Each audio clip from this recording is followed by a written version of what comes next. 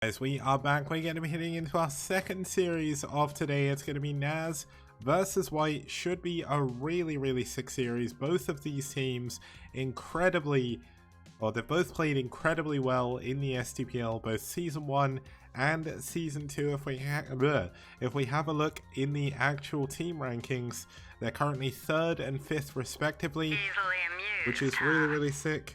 Thank you, Abby, for yet another gift sub, this time to Seri. Seri, of course, playing for NaS, not today, but he's played some really sick games so far. Let's actually have a look at our matchups here. Obviously it is going to be NaS versus White Clan. NaS have won 25 of their overall best of 5 series that they've played. White Clan have won 31 of them. White Clan came 2nd overall in Season 1 of the STPL. NaS narrowly missed out on the playoffs. But really cool. I mean, Protoss for NaS have done incredibly well. 37 wins, 33 losses. Terrans, of course, the stronger race for White Clan. But when you look at the actual win ratio, the NaS Terrans are actually doing better. So NaS with some sick players, both from North America, honorary North American Terra, and honorary North American Eon Zerg, obviously from Belgium. But let's have a look who's going to be coming out today in the rosters.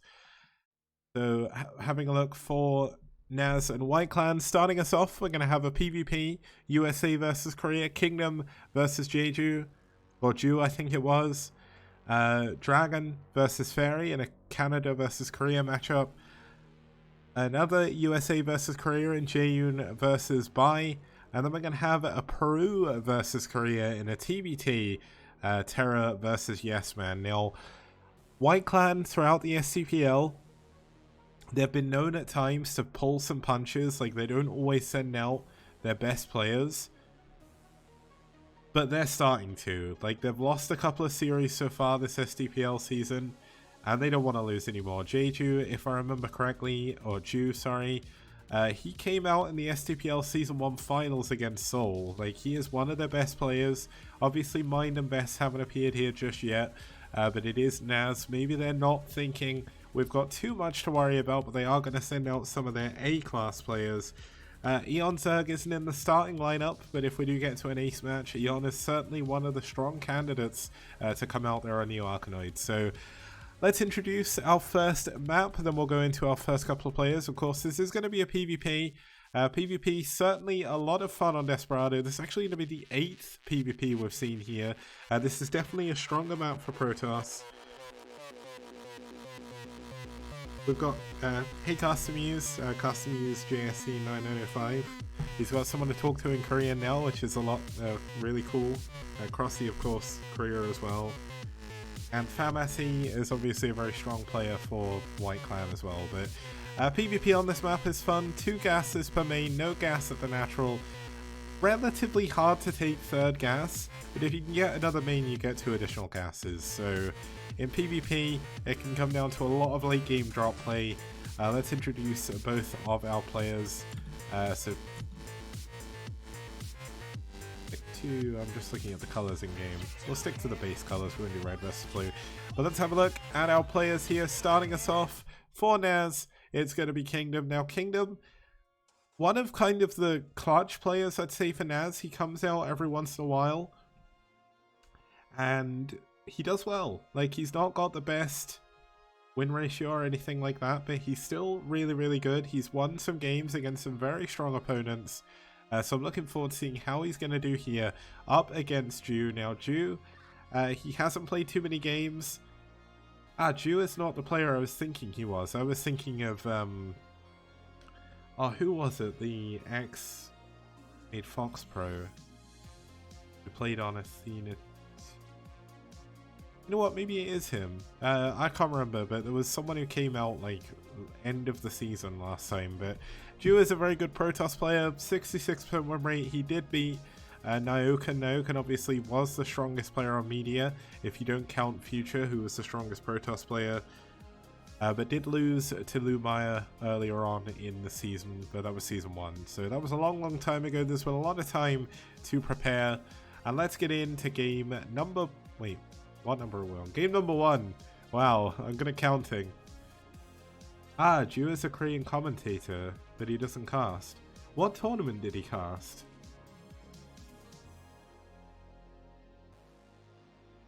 Just out of interest. Okay, let's have a look. It's game number 1.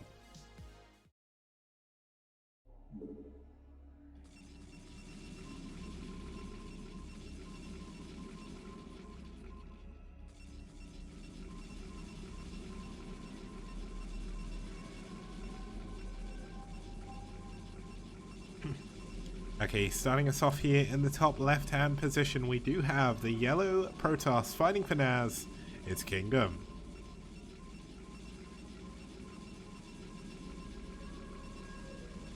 And spawning down... Sorry, coughing again. Spawning down here in the bottom left-hand position, fighting for white, it's Ju. In the black, fighting for White Clan. I already said fighting for White Clan, didn't I? Excuse me one moment. Okay, there we go. I got a nice bit of drink down me. So, one of the funny, well, it's not funny, it's quite horrible, but the virus I had, apparently the cough can last like 3 weeks. So, I've still got a little bit of a cough. Obviously, it's nowhere near as bad as it was before. Apparently, for anyone who's watching on YouTube, Custom Muse is saying that Ju was, he just casted in Africa TV and he held some competitions for Korean clans, so that's kind of cool. One of the things Custom Muse is, like, I think Koreans don't really know much about the foreign scene, but the foreign scene doesn't really know much about the amateur Korean scene, so one of the reasons why I wanted to do STPL and why I wanted to make it global to allow Koreans and foreigners to play together is it kind of bridges the gap between the scenes, because like foreigners believe that Koreans are all like super good, but there's like a lot of lower level Korean players that they don't have a chance to play properly because all of the best players, like all of the pro players, still play in all the leagues and stuff, so there's very few things for actual lower level Koreans to play in. And yeah, Custom Muse is obviously pretty much the most famous amateur caster in Korea, which is kind of cool.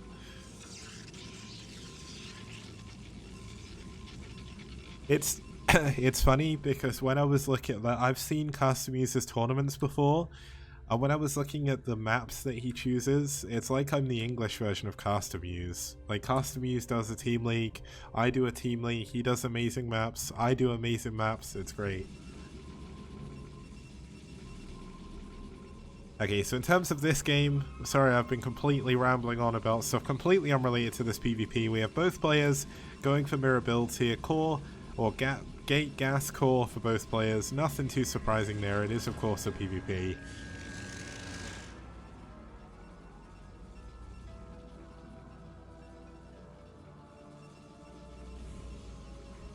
Custom Muse Star League Champ Rush. One of these days Rush is actually going to win an ASL or a KSL, and his ID is going to be perfect. He's been making like the he's been making like the ASL Champ Rush username, I think, for like 6 ASLs or something. I really want to see him do well, but the trouble is he's an amateur Korean Terran, and like the amateur Korean Terrans compared to the pro level Terrans are just, I mean, the pro level Terrans in Korea, unlike like the top 3 or 4, are struggling enough as it is, and Rush can't, he's not quite hit that level where he can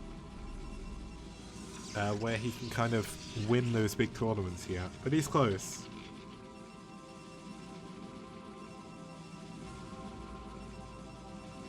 And CMSL Season 2 would be amazing, Custom Muse. You should definitely do it. So 3 gateways coming in for Ju. Now, well, it's 3 gate robo, so we're likely going to see an observatory, whereas Kingdom is going for 1 gate robo into obs. So Kingdom a little bit more worried about DTs. Looks like Ju isn't too worried, he's not blocking his ramp. He obviously doesn't have any information either. I don't think neither player actually managed to scout each other, so they both have to play super careful, and this the reason behind this this observatory. Now the 3 gateways certainly going to make things a lot better for Jew as the game goes on, but at least Kingdom is going to be able to scout for this. Now the robo is actually quite far away, so this observer will take a little bit longer to get over to Jew's base. This should give him the opportunity to build his own observer. Thank you, Lost Boss, for the 100-bit donation, man. Means a lot. Interestingly, my my bit, I'm trying to think of the right word, but the thing on Streamlabs, the bit notification doesn't show up for some reason. I need to fix that after this cast, because I've got a really cool like voice clip that plays when I get that.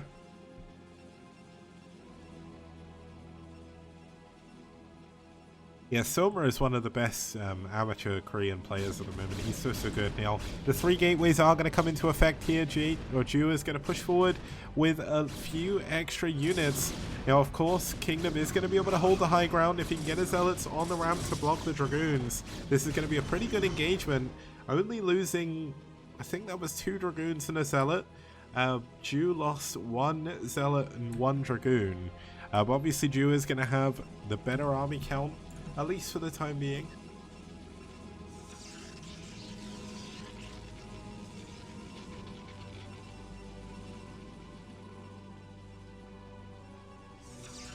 Now both players going to play a little bit more passively here. The Observer...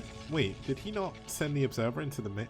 No, he didn't actually go into the main with the Observer. He's just been scouting for additional units coming. So he should know how many units there are. Now there is a Robo Support Bay.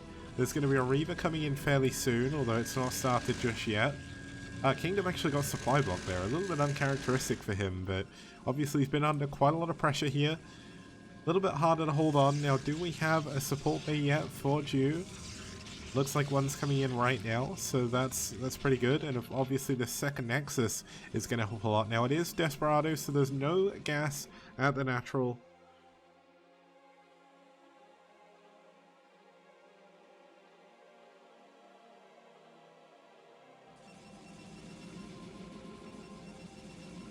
Yeah, sorry he wasn't an amateur, Abby. He was an SKT Terran. He didn't do too much for SKT, but he did play in Pro League at the very end, so... Sorry was pretty cool. He's one of the players I've hoped is going to do really well for a long time, because I need another SK Telecom Terran. Customuse, do you know when Sack comes back from the army at all? Like, I can't seem to find any information about when he went. I've forgotten. Or maybe Crossy, maybe you know. Oh, the Observer snipe by Jew there. Really, really nice. Observer obviously super important. This means the Reaver... Oh, that's a nice Scarab. That's doing a lot of damage. Yeah, Sack, the other SK Telecom Terran. Or Suck. I can't say his name properly. I'm a Chobo.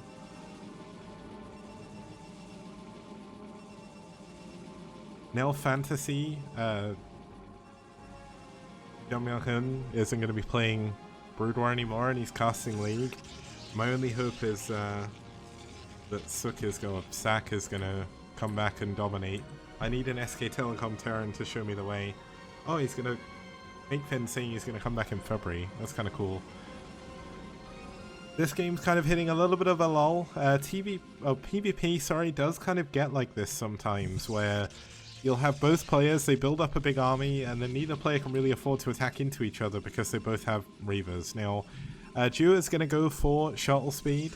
Looks like Kingdom's going to skip that for now. He's going to use his Reavers entirely for defense.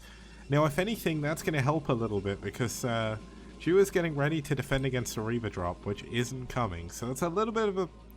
Well, there is a shuttle now, so I tell a lie. Haya did the Yu-Gi-Oh card meme. He is back. Haya is playing on White Clan now as well. His name is like... It's not Myung-sik, it's like Mbongi or something. I know he's got a really weird username that I can't remember, but he played in the KSL qualifiers.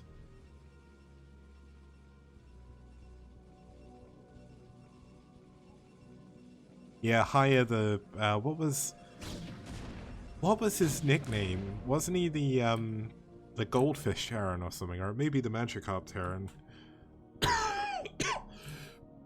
Okay, well, PvP, obviously the matchup of choice here. Now we've got 2 Reavers being dropped off. Both players have Reavers right now, so if we get the, if we get shuttle speed coming in for Jew, this is certainly going to be a good engagement, but does need to be careful. The Reavers, oh, he needs to pick them up. Oh, he takes a Scarab to both of them. He loses a Reaver already, and he loses the shuttle. This is a horrific engagement by Kingdom. He is going to be able to pull back. It was Magikarp then.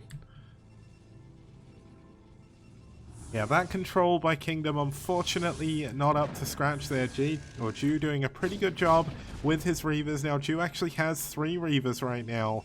And, I mean, Kingdom doesn't have any, so all of Kingdom's units are out on the other side of the map. So the shuttle speed Reaver drop that's coming into the natural, or coming into the main, could do a ton of damage. No, there is 3 Dragoons here. Is this going to be enough to hold on? There's 3 Dragoons in the mineral line as well. The Reaver drops off, though. The Zealot eating up a lot of damage, but the shuttle goes down. The Reaver goes down without... Oh, the kills 2 probes, I think that was. Kingdom actually still with a probe advantage. His army advantage isn't that big. They're actually even on supply now. And while things have definitely got a little bit better for Jew so far, that was a good defense by Kingdom.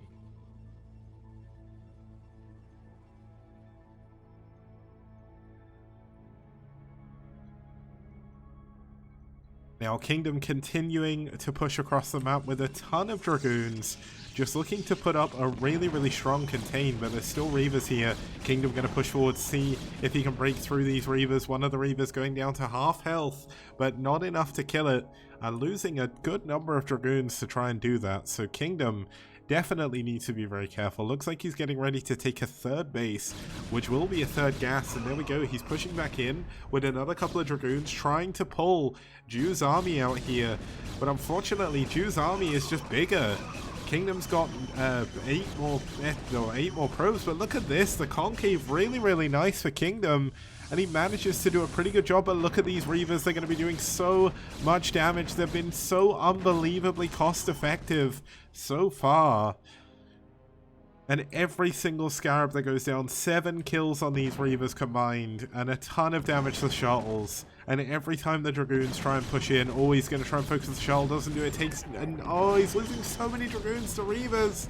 The Reaver's going to finally go down, but Kingdom's lost so much to do this. He's now in a massive supply deficit in a PvP. Jew is now going to push forward. He's got a ton of Dragoons. He's got a massive advantage here. There is a Reaver at the back. There's no Scarabs. Okay, there is one, but it doesn't do too much damage. The Reaver, or the Dragoons of Jew, completely annihilating Kingdom's army here. Can Kingdom hold on to this counterattack? This is going to be the big moment that's going to matter in this game. Black on this minimap, not the easiest to see, but there is a huge chain of Dragoons heading across the map now up towards Kingdom's base, and another Reaver going down. Wait, that Reaver must have... Did that Reaver waddle the whole way down there? That is crazy.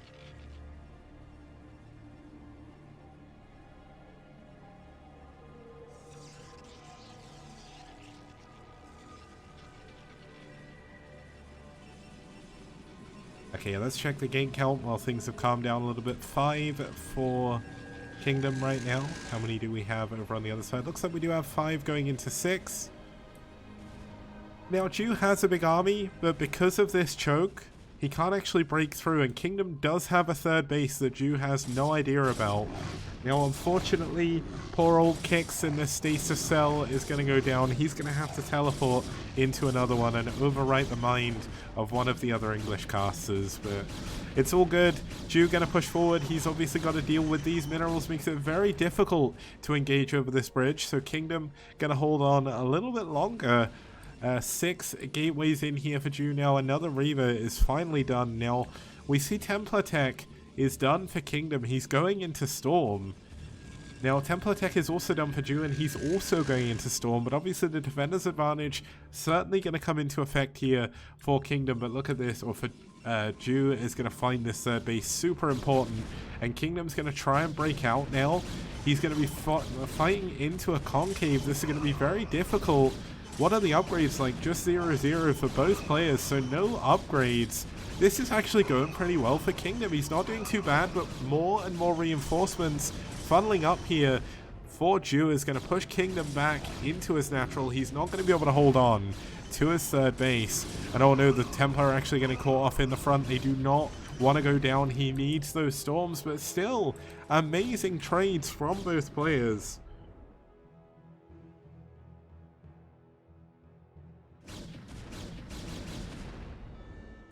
Yeah, Kix is gone from his stasis prison, but he'll be back. Oh, there goes the first storm. That's a massive storm. Let's see how the other ones are. Good second storm as well. Good third storm. Is there a fourth? Yes, there is. He needs to use it. He misses it, unfortunately.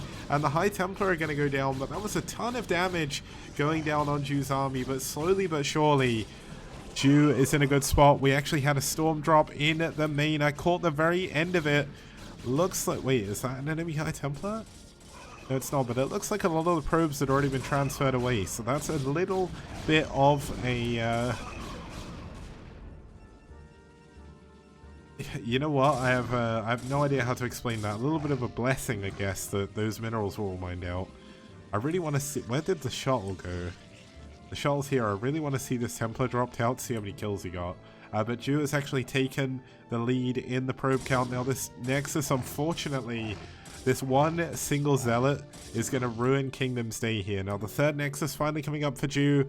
We still have a lot of Templar here. There's only 2 storms though available, so Kingdom does need to be careful. Maybe being a little bit over eager to push out, but of course he is going to be mining out of both of his gases. Saying that, they're both about half full, so not too bad. But the minerals are the main problem. He's mined out of his main minerals essentially, and all of his probes are going to be on the natural. And if he gets storm dropped again, that is going to be lights out for Kingdom in this game. It looks like we did have the shuttle fall back somewhere. I want to find the shuttle. Ah, there we go. So let's keep an eye on this when this drops down. It looks like poor old Doc Holiday is the next one to go down here in the top left-hand side of the map. We've got another Nexus coming in for Kingdom. Looks like he wants to try and double expand here. But he's going to have to deal with Ju's army first. Look at how many Protoss units are here. Frequencies open. Massive thank you, AEs, for the host, man. We've got a D... Oh, no, a DT's going to get into the main. There's no observer. Where's the observers? The Reaver's going to go down. Ju is going to pounce on the army at this exact moment. There's no movement on that shuttle in the bottom left, but there's probes transferring through Ju's army here. This is such a massive, massive problem. The Archon doing so much damage. The DT has not died. The DT's getting all the High Templar. Where is the Observer's Kingdom? He just doesn't have any. He never rebuilt them. And this DT is doing so much damage. 6 kills, all on High Templar. And finally the Observer comes in, but the DT gets on the high ground and the Observer's nowhere near it. What a clutch DT. The Nexus goes down at the 12 o'clock position. There's going to be a storm drop. No, I thought that was a storm drop, but that was the DT still in the main. And this DT is running ring around, or playing ring around the rosy here with Ju. Sorry, with Kingdom even. And it gets out alive. This DT, this is the Olympic DT. Gets 6 kills. Really, really important assassinations there. I mean, there's no Templar left in Kingdom's army. If he pushes out now, he's down 50 supply. He lost a ton of probes. And more importantly, he lost his most important tech units. And it looks like Ju may have finally done it. The leg has, the leg has finally been broken here. And unfortunately, Kingdom is going to be fighting into Storm. He's going to be fighting into Dragoons. Nice pullback against the Storms, but there's so many Zealots here, so many Dragoons, the Archon at the front doing so much as well, and the Storm just keeps on coming, more Archons coming in from behind as well, and this has got to be it. Kingdom losing all of his army, losing all of his supply, and another fantastic Storm. GG, Kingdom taps out, and Ju takes game number 1.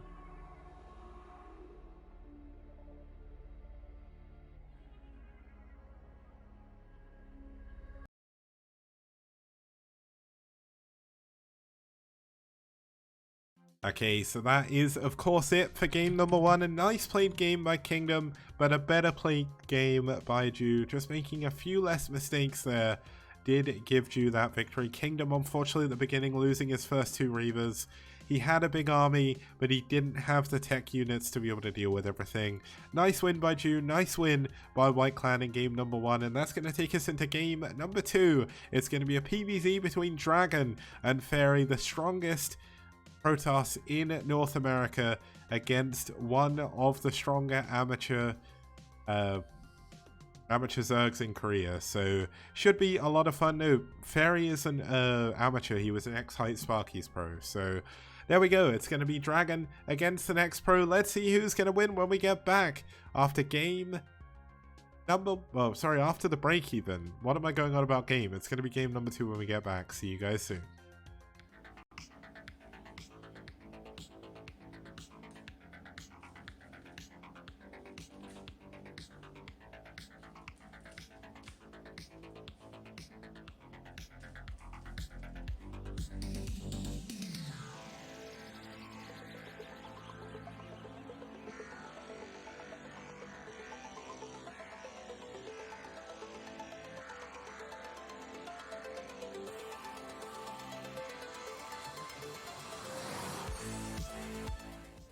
Did you know it was possible to drop behind the naturals in Fighting Spirit? It's a bit finicky to land in the right place. You essentially need to... There's very specific spots in each of the spawns, which I'm going to try and show you here. Hang on, we're in for some chop. I copy that. There we go, there's one. So I believe there's actually more spots than this, but essentially it's quite hard to do. So you've got one here. I found 2 over here. There's also one here as well. You can also drop, I think, in this location. One thing to point out is the ghost cannot actually move. But of course what it does give you the option of doing is it allows you to nuke.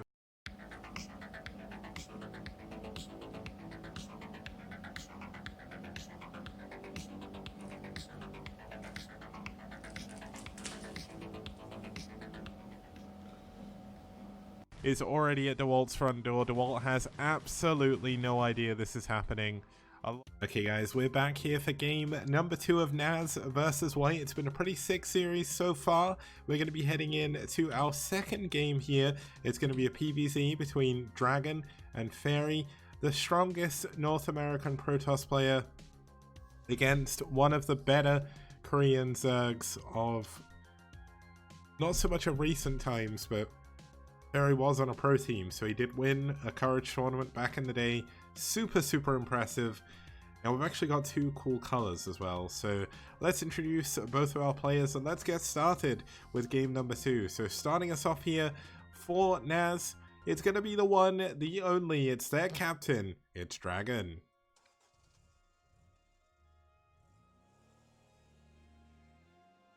And Dragon, a very strong Protoss player from Canada. Really good player. STPL rank number 9. And Yaj, I know you mentioned TT1, but TT1 doesn't play tournaments anymore. And I'm actually over 1600 MMR, man, so don't underestimate me. I'm a sick player on like 1700 MMR. It's so much better.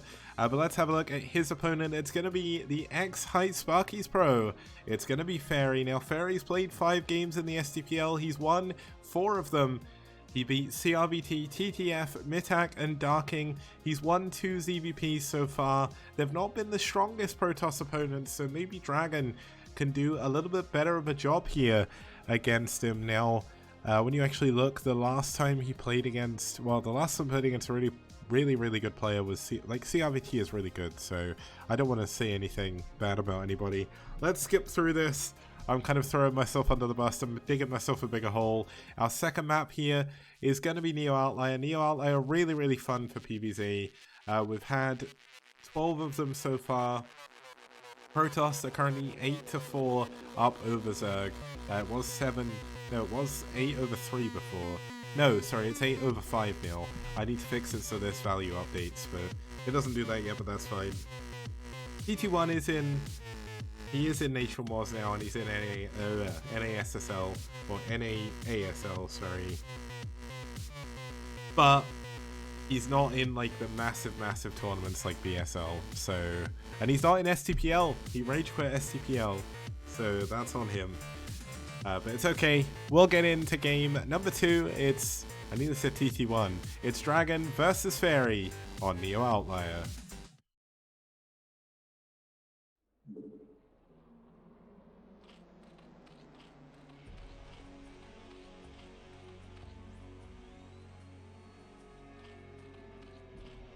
Okay, starting us off here in the 12 o'clock position, we do have the blue Zerg player fighting for White Clan. It's Fairy.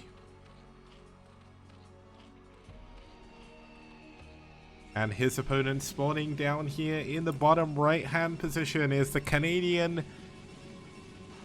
I can't think of good alliteration. It's the Canadian captain for NaS himself. It's Dragon.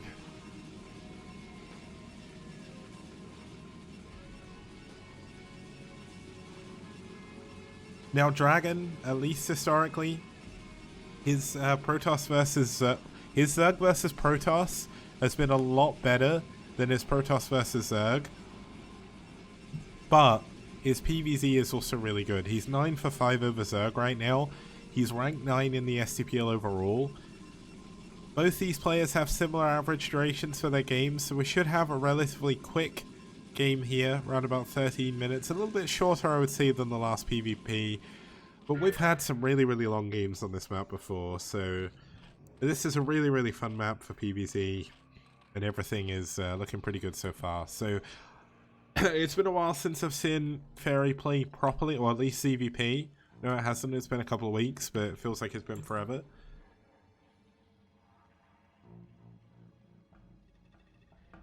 And yeah, Fairy was part of Height Sparkies back in the day, so it's kind of cool to see him here playing in the STPL. We have had custom use. I know you've not seen a lot of the STPL, but previously we have had Best of Mind play as well, so that was kind of cool. Killer's played, but Killer... I don't know what's happened with Killer, but Killer doesn't seem to play as much anymore. I know he changed his name to Baxter, and then he changed it to something else. It's like... It's not June, but it's something similar to that, I think. But Dragon, of course, one of the more consistent players in the STPL overall. He's never really won any major tournaments. Wait, did he win... Did he win Zotac? Or no, Hawk won Zotac, didn't he? Or am I imagining things? I can't remember.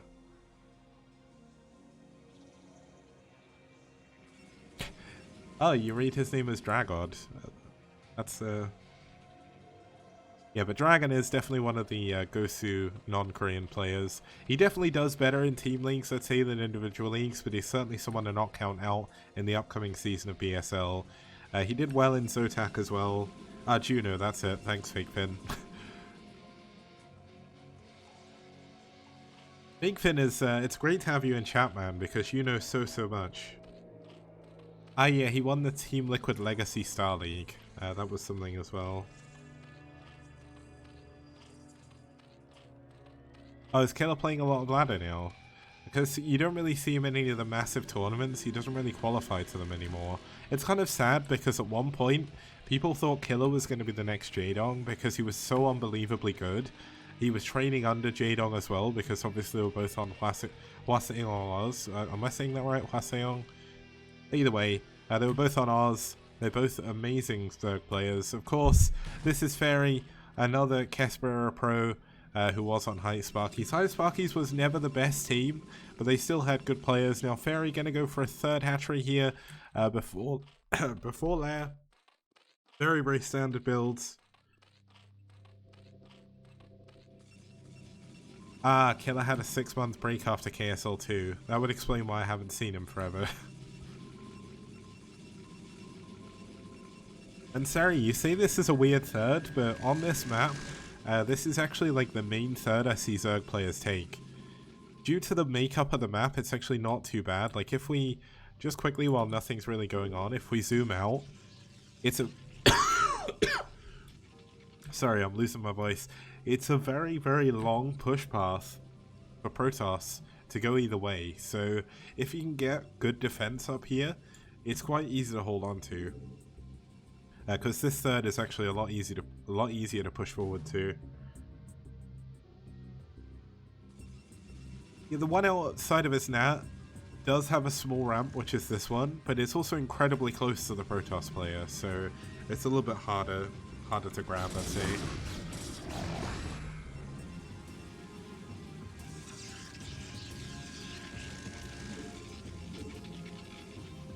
I muted myself to cough again, and I couldn't work out what button I needed to press to unmute myself, so I nearly revealed the whole map again. Whoops. Yeah, my voice is slowly starting to feel the effect of actually casting properly again, and I've still got a cough, so if I do mute myself for like short intervals, it's because I'm coughing again. Now, luckily enough, we've got most of the way through the series so far. Obviously this is our second series today, but on Thursday I was literally coughing every second, and it was the worst cast I've ever done. So being able to cast properly again feels really, really good. Obviously I'm still not at full fighting strength yet, but I am building my strength back up again, which is all good. And we've had some incredibly good series, or we've had an incredibly good game one here. Series one was a little bit one-sided. Some of the games were kind of fun, but unfortunately Soul kind of outclassed Rev.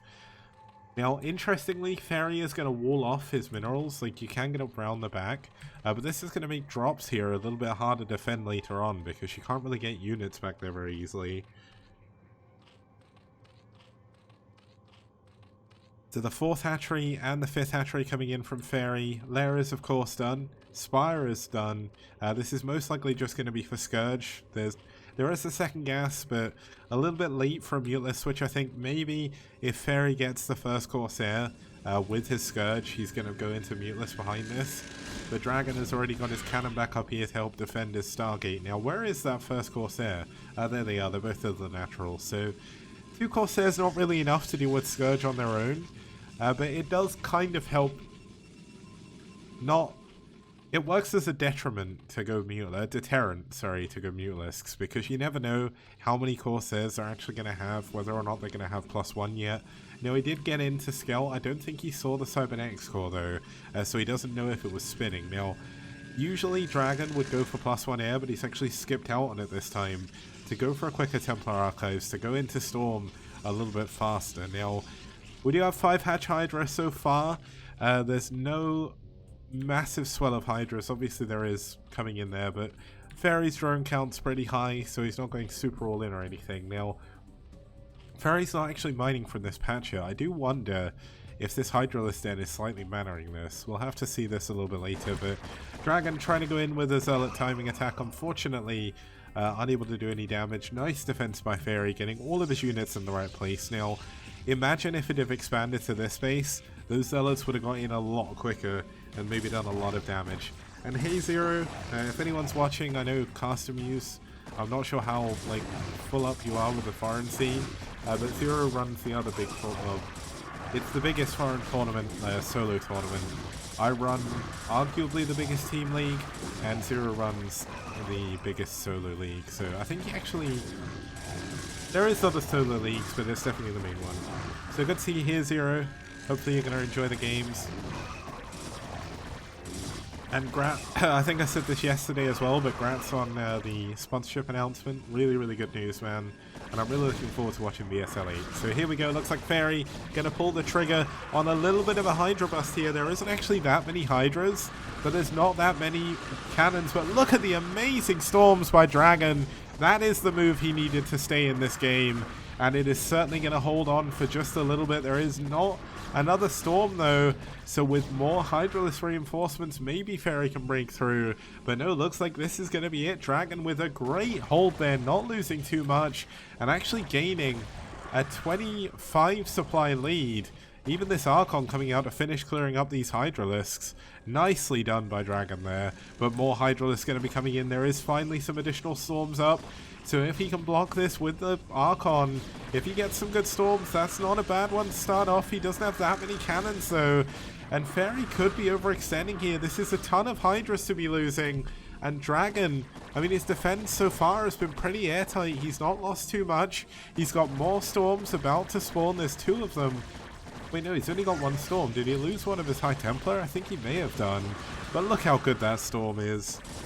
Nicely done.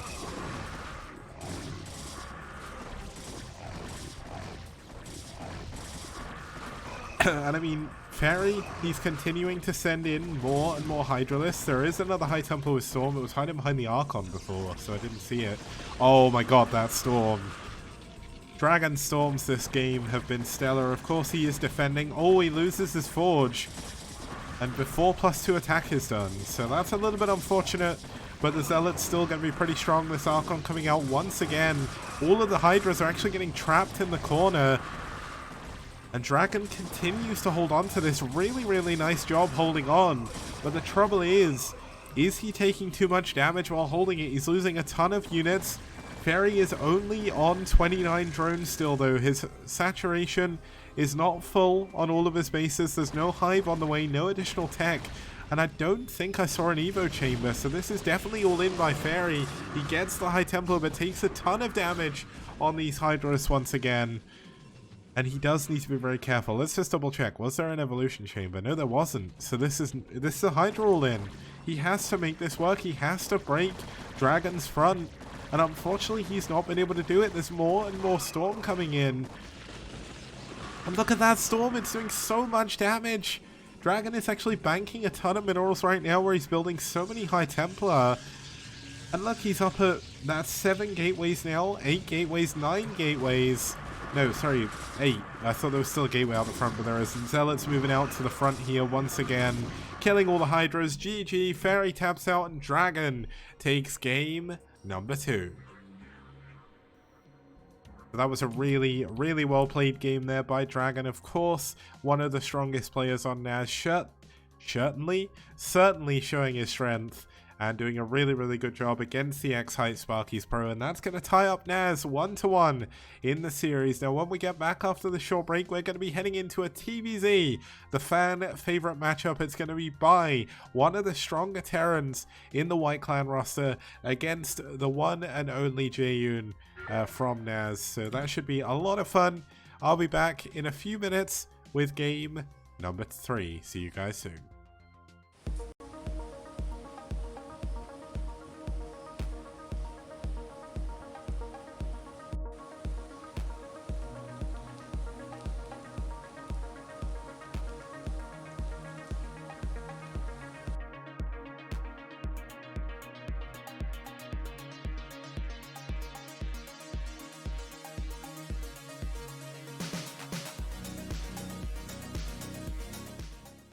And people like Kix, for example, who has an encyclopedic knowledge of every map that's ever been released on StarCraft. And he's the map man! Skibby dee dee on do do do. Skibby on do do do. Skibby dee on do do do. He's the map man! Ba da ba da ba dee da ba ba da bo. Ba ba ba da bo. Bee da ba ba da bo. Ba ba ba da bo. Everybody plays one way or the other, so check out my message to you. As a matter of fact, I don't let nothing hold you back. If Kix can do it, so can you. Gooba dooba dooba dee da ba ba da bo ba ba ba da bo. Please don't listen to him for maps. yeah, Okay, we have a ton of Matcherino codes still to use, so I'm making this quick video to show you how easy it is to actually use them. So you click the Matcherino link, it brings up the Matcherino page. In the top right, you hit sign in. You sign in with whatever you want to. In this case, I'm going to sign in with Twitch. That'll take you back to the page, and then if you hit contribute, you put in the coupon code LSTPL.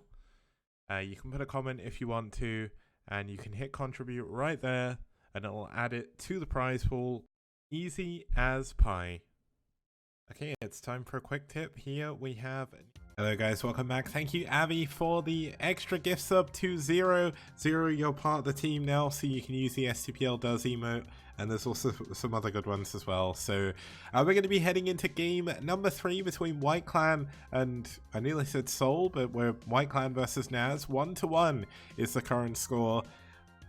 And our next couple of players, starting us off here for... Wait, I've not actually added the win yet, so let's quickly let's quickly do that. Look at the power of this. So I can press a button, Dragon won that game, and look at this, he turns into Jaeyun. So, wait, what the hell am I looking at here? How the hell has that happened? I've completely clicked on the wrong button. Let's pretend this didn't happen. Oh my god.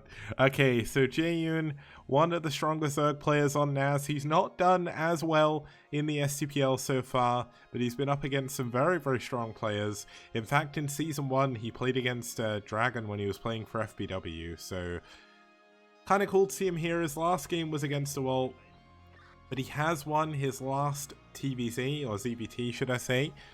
Looking forward to seeing him play here. His opponent is going to be for White Clan. It's by a really, really strong Terran player. Now, Bai actually went the longest time without a single loss, and then he went into TVT. So he lost against Scan, he then lost against Logan, hit him up, and then he lost against Medinho. So luckily enough for him, he's going to be going against Zerg. His last 3 TVZs have been absolute victories. He's not played Jaeyun just yet though, so this could be a strong player for NaS to bring this into a lead for them. But obviously we need to get into our third map. Let's have a look at what that's going to be. It's going to be New Tornado, one of the more standard maps in the map pool. ZBT, Zerg are actually 6/2 over Terran. Have I found a map that Zerg favored in ZBT? I have no idea, but so far, Zergs have been dominating on this map. Terran's dominating in PvT though, so we just won't mention that stat. Tasagi is real in TVP, but apparently not in TVZ.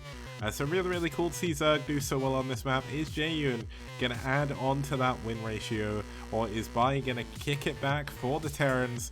We'll find out as we get into game number 3. It's Jaeyun versus Bai.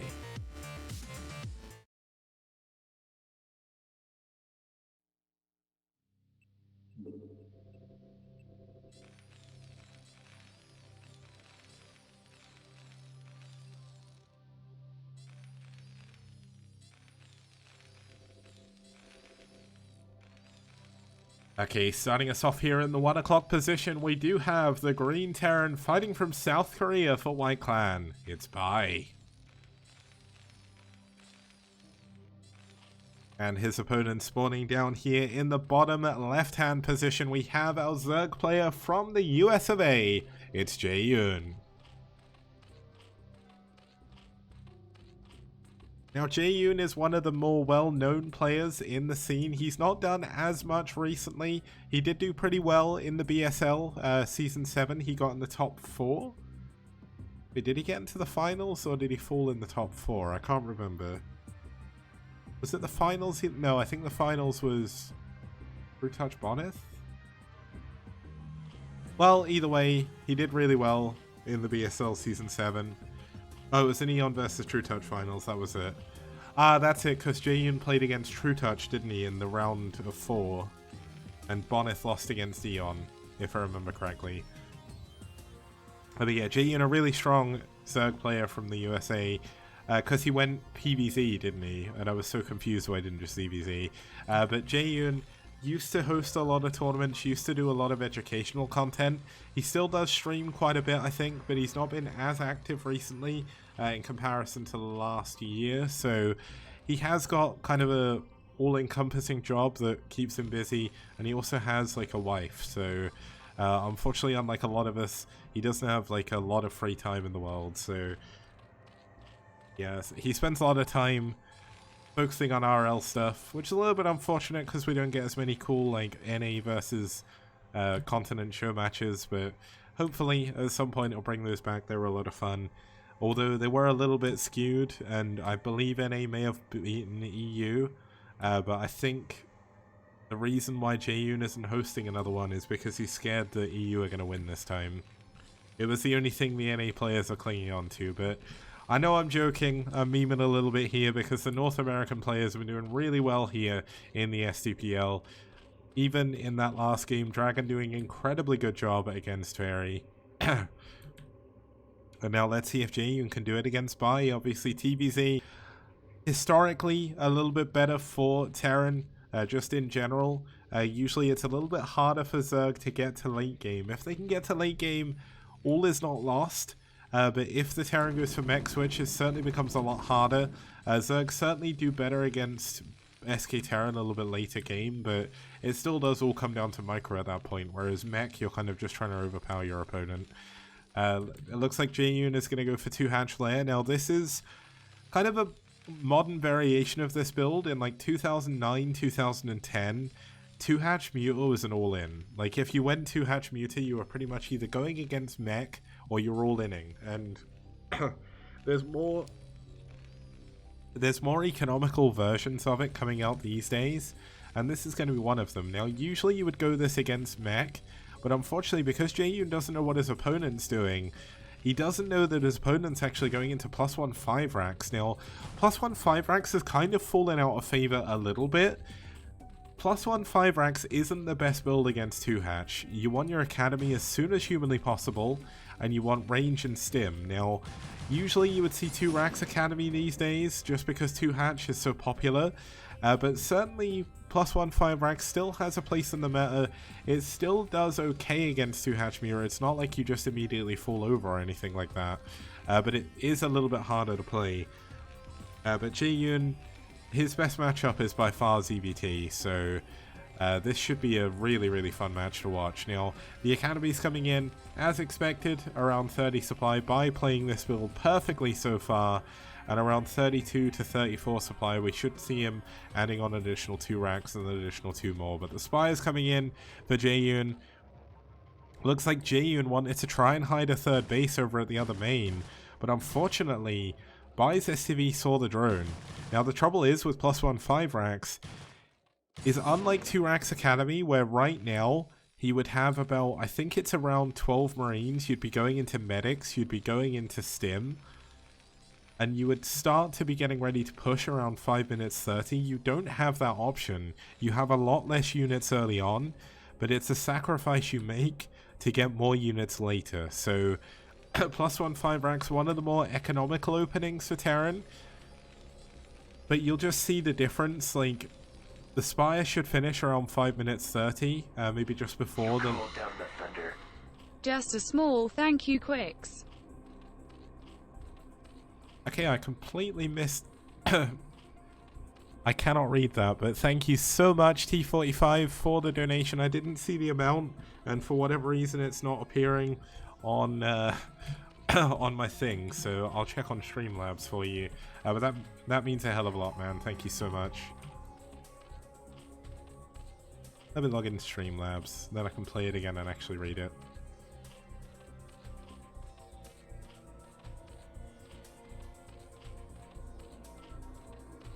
Oh, thanks for the $10 donation, man.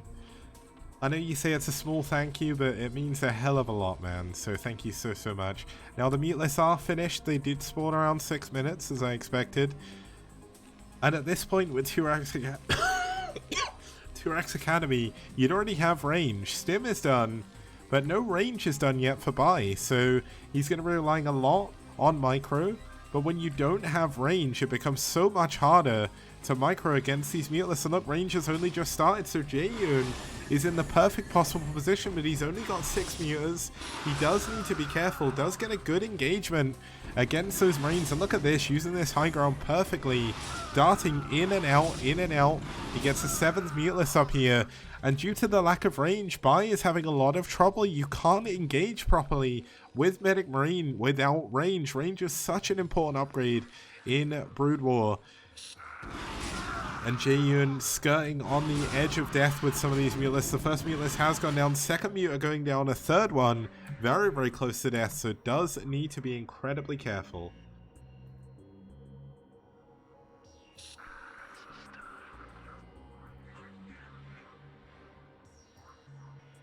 Wait, Giefka, did you just say 10,000 euro? $10,000, sorry, it was $10, man. If it was 10,000, I would probably just like pause the game, run and scream, because that would actually just be such a life-changing amount of money. It would be ridiculous. Like, oh my god. But Jaeyoon pushing in again with his muteless, unfortunately losing another one. Does need to be careful. He's not all in. His third base is up down here. The Hydralisk Den is done, so he's going to be going into Lurkers behind this as well. Now, this is where +1 5 rank starts to really come into its own. You get a ton of units very, very quickly when you're on 5 ranks here. So the Muteless is going to be very important to delay this Terran push coming across the map. 10,000 Korean won. Yeah, that's cool. 10,000 rubles. Let's do it. Or 10,000 rupees. Keep it on brand.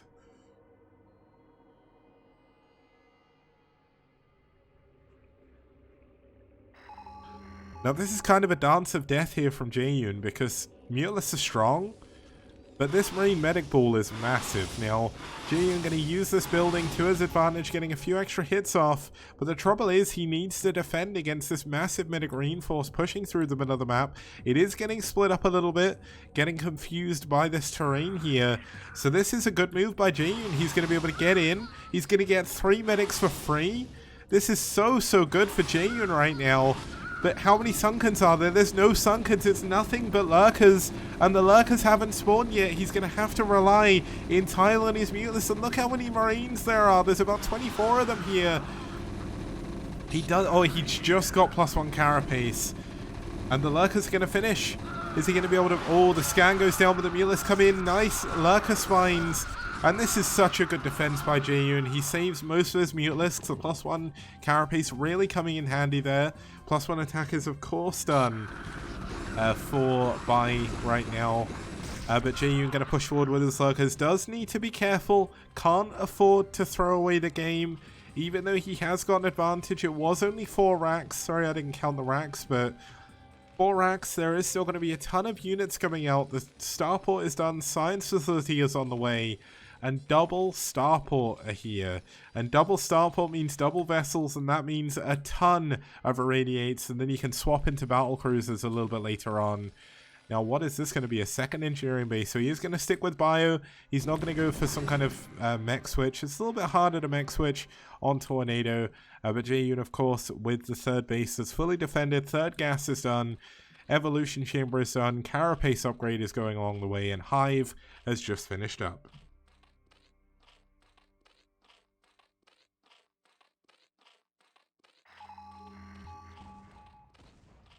Okay, so Jaeyun continues to do a pretty good job here, moving in with the Muteless, just trying to be annoying, trying to find damage anywhere he can, but Bai with very, very good turret positioning. I'm certainly going to be stealing this when I play on this map next. Not that I get to play this map much, but I'll force people to play it somehow.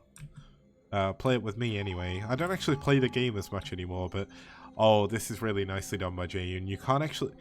If you zoom in, which you can't do while you're playing, you can see that that's at least 2 Lurkers, but you can't see it's 3. Now 2 Lurkers you can kind of, when you get +1 armor, you can break up the ramp, but with 3 Lurkers you cannot, and all of your Marines will die. But +1 armor isn't actually on the way yet. This is a bit of a misstep by Bai. I'm not sure why he decided to skip +1 armor, but it's super important to get that against Lurkers. And yeah, I need to practice with Cadenzi more. She's been busy because it's, oh, there's +1 armor. It's been St. Andrew's Day, so all of the Scottish people have been out celebrating. The Defiler Mound is done. Consume is on the way. So far, this has been a pretty good game by Jaeyun. Additional 2 hatcheries coming in. Creep Colony coming up here by the Nidus Canal as well. And let's see how the irradiates are, because it's hard to target the bottom of Lurkers. Okay, so he checked the number of Lurkers here. He saw the 3 separate spines and he's going to pull away. This is such a good move by Bai. Like, if this was me, I know I'm only like 1700 MMR. At least I've not even been placed this season so far. But I'm 1700 MMR last season. I wouldn't be able to tell how many Lurkers were shooting, and I'd probably just fly straight up into the Lurker and lose all my Lings. Lose all of my my Lurkers. And my Marines. Okay, that's an interesting choice. We're gonna swarm, gonna get under the swarm at the bottom of the ramp. The Defiler's gonna go down.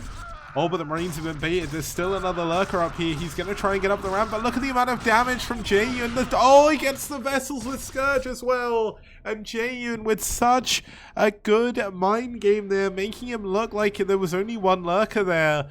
Thinking Bai was, I mean, he got cocky. He thought he could get up the ramp.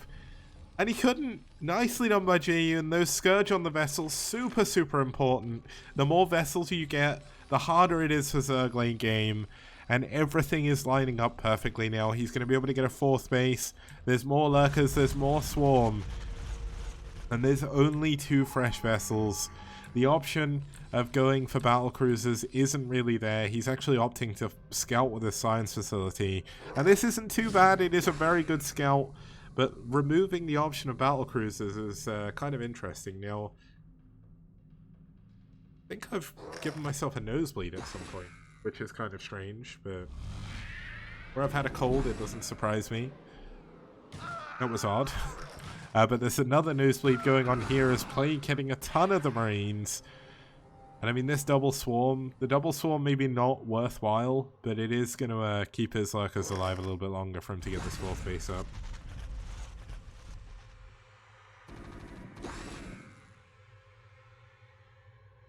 Buy with units kind of posted around using his factory to scout as well. This is good, it can bait some Scourge into it as well if the Zerg player isn't careful. Like, look at this.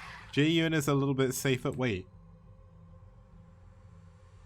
Why did the Defiler get radiated or something? What happened to it?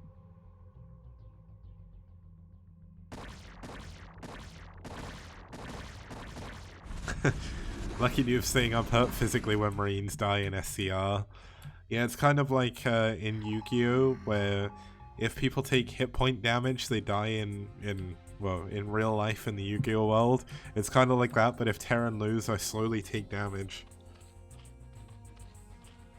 It's not good, but J-Unit, I mean, everything is going pretty much perfectly for him this game. Another swarm going down, making it basically impossible for Bai to push in here. But has J-Unit left himself undefended over here? No, he hasn't. There is a Defiler here ready for that swarm, but of course, there is only 2 Lurkers. Wow, no, there's 4. Oh my god, he stacked the Lurkers. Look at this. 3 Lurkers. Where is the 4th one? There's 3 Lurkers under this Overlord. Oh my goodness. Look, he can't irradiate it. He irradiated this Lurker, but he can't get the other ones. J-Unit is doing such a good job. Only +1 carapace is done. Upgrade wise, +2 carapace is on the way, as well as ultraless speed. So ultras are going to be super good in this game. There's only 2-1 for the Marines. 3-2 should be on the way. No, only 3-1. So the armor, I mean, he needs 3-3 to fight ultras realistically.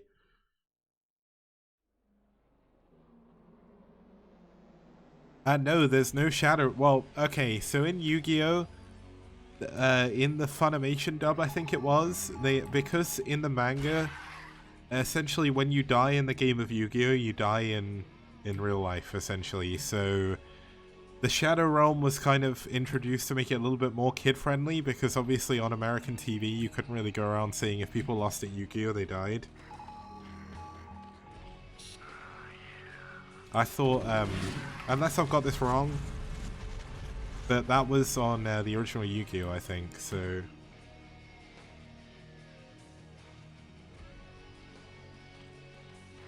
That was one of the things that made Yugi's whole, like, sadism thing of, like, oh, let's lower me into a pit of spikes while we do this. Oh, here we go, the Ultra's coming out. Here comes the cows. The Lurker's getting in behind the Marines. Kind of insult to injury. This Lurker alone is doing so much damage. Looks like we're going to break in at the front. There's actually, he's killed all of the Lurkers. Let's check this Ultra. It's got 3 armor, but it is going down relatively quickly. A lot of Jeyun's army has been caught off in the middle. There's no Swarm. Where is the Swarm? He doesn't have anything to... Oh, he doesn't have anything to get Swarm with. Is he going to lose? Oh my god, he's going to lose the Nidus Canal. He's going to lose his Hydralisk Den. He's going to lose all of these drones. Is this the move that Bai needed to do? The Lurker comes out, immediately dies. Has Bai broken the natural? Has he won this engagement? 4 Lurkers coming in from behind. The natural of the other base now is pretty undefended. There's actually... Where are all of Jeyun's units? There's a 4th base done for Bai.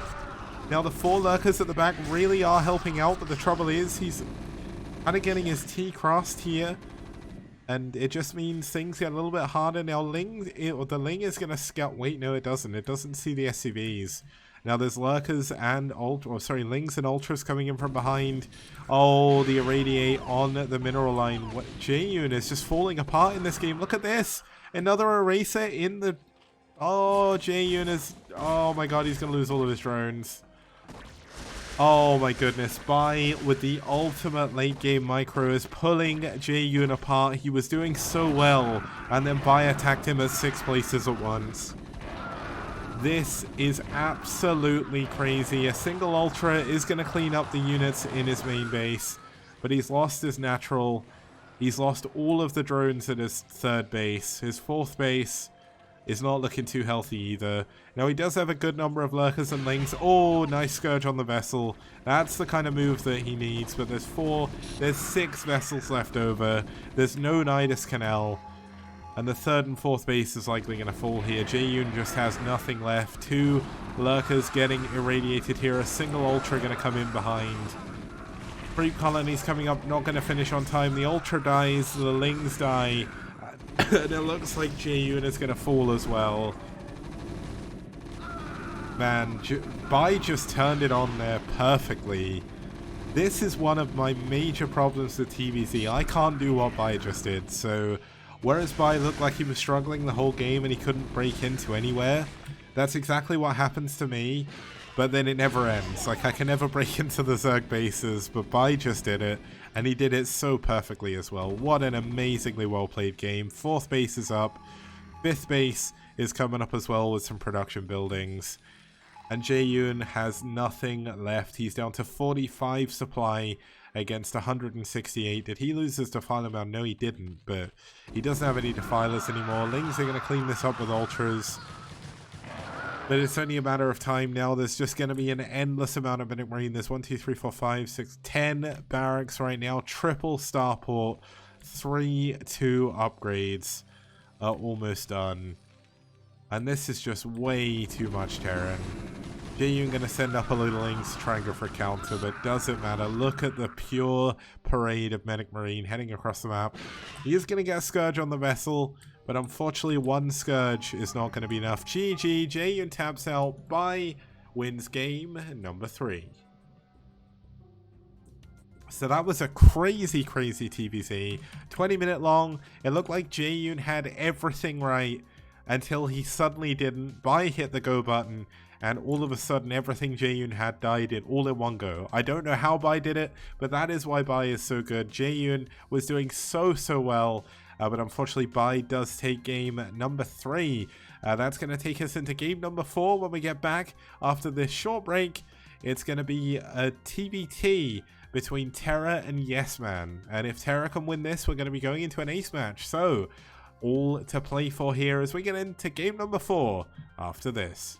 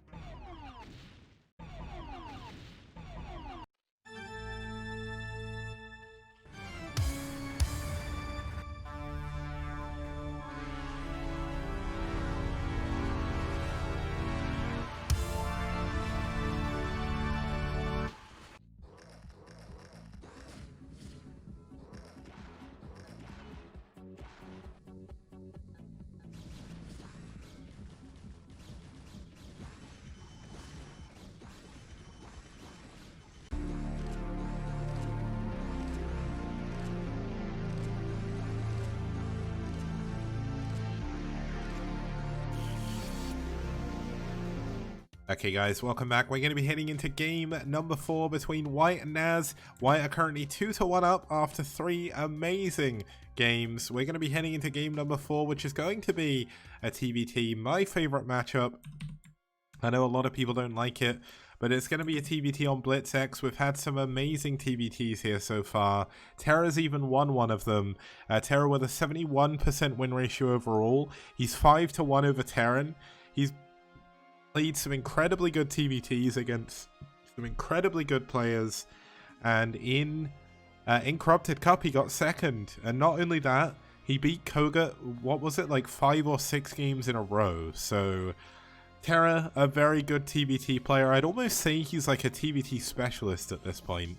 TBT is by far his best matchup in my eyes anyway.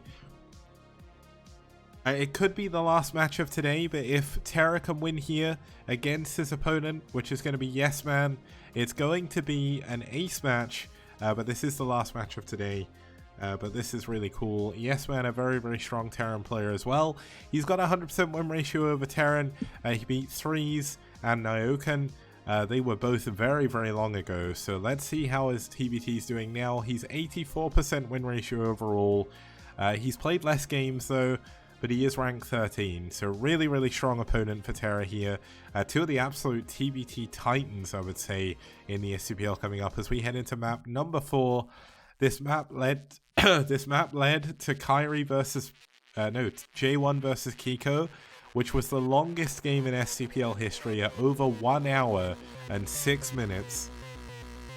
So this could be an incredibly long TBT, and I am very, very much looking forward to it. It's such a good map for TBT.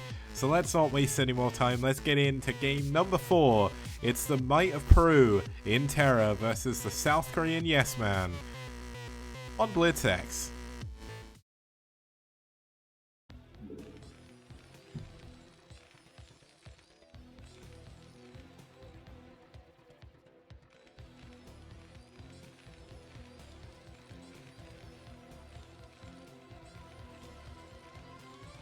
Okay, starting us off here in the top left-hand position, we have from South Korea fighting for White Clan. It's Yes Man. Oh my god, Yes Man is doing something cheeky here. And his opponent spawning up here in the wonderful magenta in the top right-hand corner is Terra, the Peruvian powerhouse himself, fighting for NaS.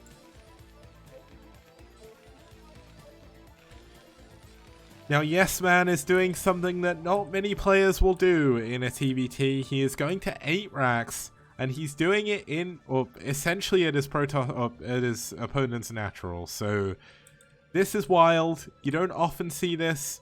It's a very easy place to scout, and as long as Terra doesn't go for 14cc, he should be in a good position here. Going for 14cc, you can still hold against 8 racks. It's a lot harder. But this could be a very, very quick TBT depending on how this goes. Now, what is Terra's build choice going to be? Oh, he's scouting. He's going to build his... Oh, no, he's going to scout it. There we go. Yes Man gets caught. Terra, look at that. He immediately finds it. I think he was going to go proxy his own barracks there. So he's going to go and try and kill the SCV. Getting it. Look at Yes Man, man. This is so difficult to do. He's glitching his SCV over and over the barracks by cancelling and restarting the build because he needs to finish this barracks. This is everything. This is all he has going for him right now, and he loses the SCV. He cancels the barracks, and now Terra could quite happily cancel this barracks and go 14cc. Terra is in such a good position in this game now. What an amazing play by Terra. And Yes Man sending another another SCV. You know what it is? I see a proxy and I'm like, wow, it's obviously Protoss. But yeah, really, really nicely done by Terra. Really, really well scouted. And Terra is just going to go for his normal build. He's not going to suddenly try and go for a 14cc. He knows he's at a massive advantage now. He's got a 3 SCV advantage. One of his SCV, or another one of Yes Man's SCVs isn't even mining. And he's going into gas. Now, what is Terra's choice from here? He can expand relatively safely. He has the option of going for a tech build. And Sarcastic, this is a replay. It was played fairly recently, though. It's a little bit later than I'd normally cast. I usually cast them the week after, but this has been 2 weeks. Because I was ill last week, so I couldn't cast properly. But it's not been spoiled anywhere. It was never streamed, so it's a brand new experience for all of us here. So that's good. Also, the other reason for me casting from replays is if you've never seen the STPL before, there's 14 teams, which means there's 7 best of 5s, all played on Sunday. They're all played at exactly the same time, so for that reason it'd be physically impossible because A, I wouldn't have enough time, and B, I wouldn't be able to get all the players to wait around to cast them all live. And also, the other problem we have is because it's a global team league, we have players from all over the world playing against each other. Adding me to the equation as an observer is really not worth it for lag. So at the moment, like, we've got Peru versus South Korea. And, I mean, Terra's connection is pretty good. When he used to play against Shiny in the Clash for Char, which was one of the old tournaments I used to organize, we always used to be able to do turn rate 16. So, hopefully, that should be fine. Terra's actually got internet at home, so kind of cool. But yeah, Terra's bound, as Yufing said, Terra is bound to be very, very happy with this position. This is almost perfect for him. His expansion is going to be a lot quicker than Yes Man's. His factory is going to be quicker. He's actually going to go into 2 factory here. Now, this doesn't block anything, does it? I don't think it does, but interesting that you would build your second factory here, because the thing with TBT is TBT really, unless you're going for vultures, which, I mean, Terra's going to go for vultures. I was going to say, unless you're going for a vulture build, you kind of want 2 machine shops as quick as you can. And thank you, landowner. Means a lot, man. Now, both players scout where the barracks means both players are going to have perfect information on their opponents. There is going to be a vulture. Oh, no. Is he going to get... He's going to get the SCV. Look at this. He's going to get the SCV build in the command center and delay the expansion even further. Now, Yes Man... Sorry. Yes Man has built a supply depot down here to scout for any wraiths or dropships. Super good to do that. But it does mean that you do have to worry about that getting killed. I mean, in TBT it's not a massive deal. But there's going to be 3 factory vulture coming in. Now, Yes Man is going to scout this. Super, super important that he sees this coming, as he will need to defend. He's going to need a bunker. But the trouble is he's got no marines. Now, he's got 1 marine, so the barracks is going to be pushed away. Terra can already see he's at a massive advantage. Now, going vultures against tanks doesn't necessarily always work out, but you're going to have mines a lot quicker than your opponent's going to have enough units to deal with them. So, let's see what's going to happen.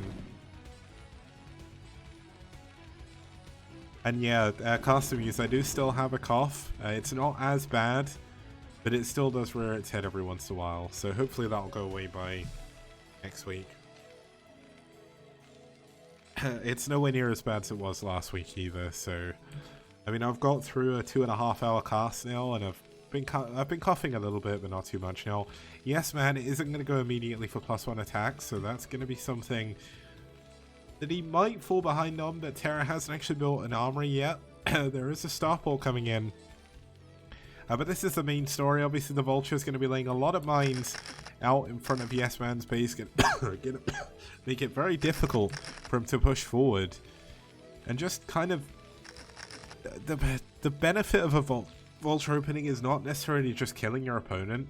It's this map vision. Look at this. He's got so many mines everywhere. It's going to be so much harder for Yes Man to really achieve anything. And that's exactly what Terra needs to do. Terra knows he's at a massive advantage in this TBT.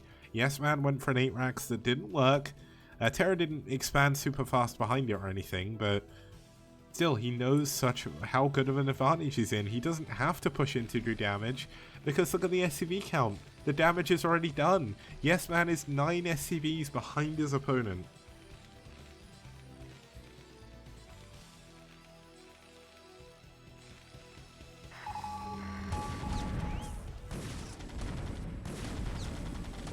Now, good move is Yes Man is going to push up. Goliath and tanks make it very easy to push through mines.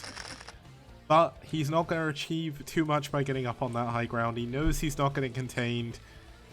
Look at Terra. He's immediately going into 3 factories with tanks. There is a dropship, as expected, in here for Terra. So this is going to do a lot of damage to Yes Man, who is already behind, because all of Yes Man's units, They're pushing forward. He's trying to take a third base. This is the move he has to make. He has to play greedily because Terra's taking a third as well. But look, the dropship coming into the main. 3 vultures dropping off. It takes 3 vultures to kill a single SCV. Perfect maths here by Terra. Now, as long as he target fires properly, he is going to be doing a ton of damage here. He's already killed 4 SCVs. All of the gas mining has been blocked here by Yes Man at the main. I think he got about 6 SCVs overall. 3 kills on that vulture, 1 on that one. I think there was 2 on the other one before I died. And he's going to likely pick these up and just fly away. Wait, where is the dropship? So the dropship left them to die. Okay, that's a little bit unfortunate, but look at this. Yes Man's a little bit worried about pushing forward. He doesn't know where the mines are. And look at this, Terra's going to come in, he's going to swoop back in, late mines back in this position, and he can actually go into the natural right now. I'm not sure why he's not pushing in, maybe a little bit uncertain where all of Yes Man's units are, but Terra showing why he's the Terran terrorist here, the foreign equivalent to Fantasy in terms of foreign Terrans. Like, he plays so aggressively, he knows exactly where to find damage. This is why he played so well against Koga, because Koga plays a lot more similar to Flash and Fantasy style, where you play super aggro all the time in TBT. It gives you openings like this, and Terra knows how to exploit them. Now, unfortunately, the starport is under fire here. Terra doesn't actually have that many units back home to defend, so this starport's going to go down, which is a pretty big loss for Terra. He lost all of his vultures at the front, but look at this, he's doubling his opponent, well, almost doubling his opponent's SCV count now. The Wraith finishes. Okay, the Wraith's not going to do too much, but oh my god, Terra's actually got his units caught, I think. There we go. So he is going to be able to get his tanks in his base. He will be able to clean this up. But this is a good win by Yes Man. It blocks any additional starport, it blocks any additional dropships coming into his main base, which is the important thing. But Terra secured his third base already. You can see he's immediately going into that third gas, and he's going to clean up this drop. No problem, but oh, he just about saves the dropship. Super, super important save there. Now, Yes Man, he's got a third base. This does mean he's going to be able to bring in 3 SCVs at a time, but he's so far behind in SCV count, his mining is not efficient on his 3 bases just yet. Now there is another double drop coming in here to the third base. There's not actually that many units beginning to drop on mines. Oh, that was close. He doesn't drop completely on the mines, drops the Goliath first. Nice drop, and will do a bit of damage here to the third base. I don't think he's going to be able to kill it. And Terra getting in a good position with his siege tanks, moving forward with 3 of them. Does need to split a little bit better than this, but he is going to be able to clean this up. And Terra is still in such a good position. Now, if I was Terra, I would seriously start to look to break through the middle. Obviously, it's a difficult place to go through, or at least move down to the bottom right and take this third or the 4th gas, because if you can get a 4th gas, both players can get 4th gases relatively easily. The only 5th gas available for both players is this island.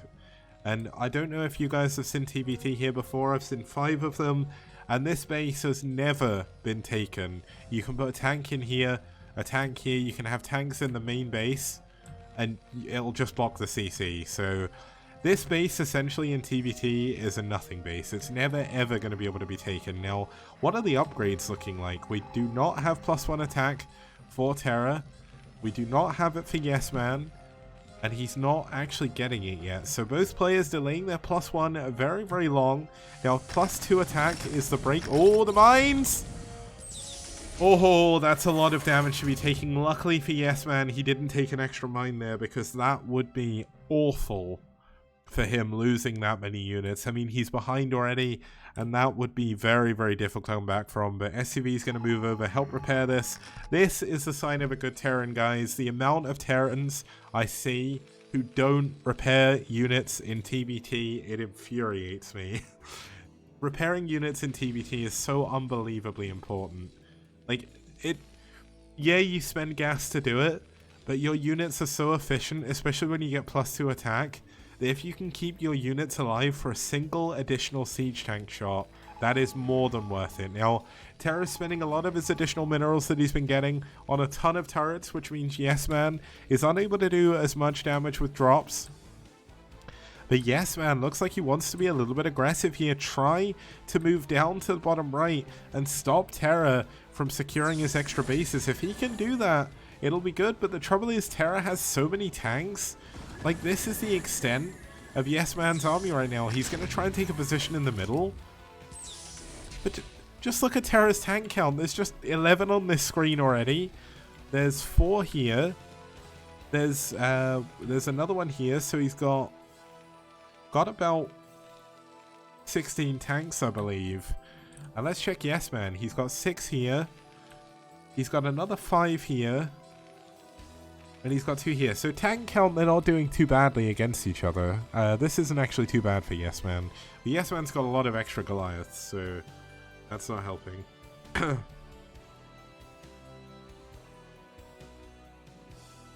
And Fuji, when you say I'm speaking for myself, how do you mean? You're gonna have to explain that, because I've been casting for long enough that I've lost all meaning behind words.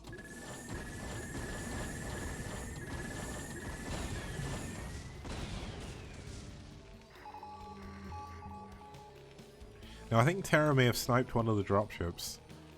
Either that or he got an SCV. I don't think that was really worth it though, so that was a little win for Yes Man. Now Terra is getting his 4th base. We'll see him take this gas relatively quickly, knowing Terra. Now, Terra's got some tanks here. Realistically, he should move to secure this position. If you hold here, there is absolutely no way you're oh, a mine going off on that Goliath.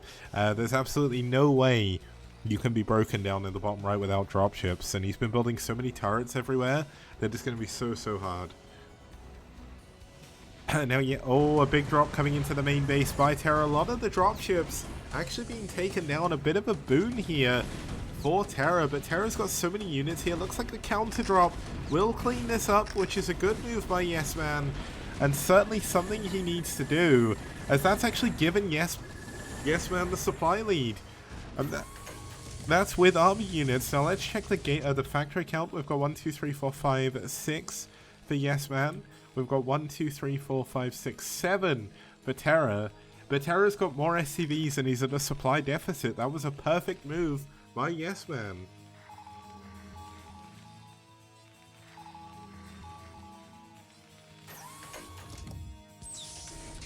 Okay, now Yes Man still has a ton of his dropships. He didn't throw them into turrets. He's not played over aggressively. And could this be the move that Yes Man needs to make to try and pull it? Well, he's pulling his way back in the game. It's kind of like what we saw with Jaeyoon versus Bai, where Jaeyoon was so far ahead, and then like Bai just hit a switch or something and just kind of killed everything. Now, there's going to be a drop going down to this bottom right hand base. There is tanks on the low and the high ground, but nice drop positioning by this drop. He is going to clean it up, at least for the time being, but Terra needs to get more units down here, and the tanks sieging up on the low ground going to make this very difficult, but it looks like he is going to be able to secure this base for now. Let's zoom out a little bit. I love zooming out in TBT. If there's one matchup that benefits from the zoom function in replays and in observer mode, it's TBT. Like, following TBT in normal or 1.16 is fun, but it's so much harder to work out who's shooting who because you can't see the tanks on the same screen. Now a drop going down a little bit too far forward, but he is going to be able to siege up and get a couple of these front tanks from Terra, but nice vultures moving in. And now Terra is the one with the massive supply lead. Yes Man played a little bit too aggressive there and really starting to feel the pain. Now a 30 supply, a 50 supply deficit. Terra is starting to pull away with this game. Now, of course, if Terra can win this game, we will be going to an ace match, and that'll be amazing for NaS if they can win that. NaS still have a few aces in their hole, in their roster. Oh, another couple of mines going down. Yes Man has not been clearing those up very well. But if Zerg is around, he can still play for them. The way they... Oh, mines! Yes Man needs to be more careful about these mines, guys. You need to scan. He's got one scanner. Well, he's got 3 scanners. He has been scanning a lot, so he doesn't necessarily have that many. But in TBT, you really need to be checking for mines, because if you lose units for mines, then that's crazy. And 82 SCVs is probably way too high for Terra. Like, Terra needs to get rid of a few of these, but realistically, he's mining very, very quickly. Now, in a TVT, that could be good, but if you mine out quicker than your opponent, and you don't play efficiently enough, all of a sudden your opponent has a chance to come back, because we're going to see Yes Man expand towards the bottom left. A good number of vultures going to be heading down here to try and block this. And there's not actually that many units over here by Yes Man, so Yes Man not defending these bottom left bases very well. But if Terra mines out quicker and he's not efficient enough, then things are going to look better for Yes Man, because Terra's not going to be able to take this base ever. Like, he just needs a single tank here and he'll never take it. So we can essentially say that's a moot base. Now it looks like Yes Man going to be going for a big drop. He does have 9 dropships now. I don't know if they're all full of units, but he is going to have to counter drop down here in the bottom left, because Terra is going in with his... Oh, the mine! Oh my god, he got so lucky the mine didn't target the tanks there. But Terra is going to find his units trapped down here. There's going to be 9 dropships worth of units dropping on this high ground. He could even drop on top of the tanks. Terra is... Oh my god, Terra's going to lose another chunk of his army. He's obviously got a massive bank, so it's not the biggest of deals. But you don't want to be losing units like this by Terra. He cancelled the bottom left base, but it's like 400 minerals. It doesn't really matter. It's a TVT. And that gives Yes Man a little bit more of a chance to come back in the game. Terra's still got a ton of tanks behind this. Oh, battle cruisers coming in. Is Yamato done? Yamato, one of my favorite upgrades in the entire game. Look at how beastly these guys look. I absolutely love battle cruisers. Now, has Yes Man scanned it? I can't tell, but there's going to be 4 BCs now. Let's check for BCs from his opponent. No covert ops, no physics lab for Yes Man. He's going to rely entirely on dropships. And if Terra can get these Yamatos coming in, that's battlecruiser energy. He's getting a 3rd starport. Yes Man scanning everywhere. He's seen the battlecruiser tech, but he hasn't seen the battlecruisers. So Yes Man does not know how urgent this is. He needs to get in, and he needs to do damage, because if the battlecruiser count gets too high, that's when things are going to get really dangerous. But the trouble is, battlecruisers are so expensive. Look at Terra's bank, it's completely gone. He's going for double ship upgrades. Did he even get +3 attack? No, he's just stuck with +2 attack on ground.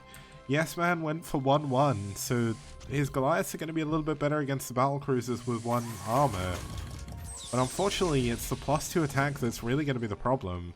Now, +2 attack is about to finish up for Yes Man, but you can see with Yes Man checking around, he knows he has to do damage. He knows the battleship tech is coming in. And you can actually take the island base with Yamato. The last time we saw BCs on this map, it was in the hour and 6-minute long game between J1 and Kiko, where both of them had Yamato, so they couldn't do it. Yes Man is going to go for a big move here, trying to get into the bottom right-hand bases to cut the economy of Terra. Terra mined out of his main, mined out of his natural, needs these bottom right-hand bases.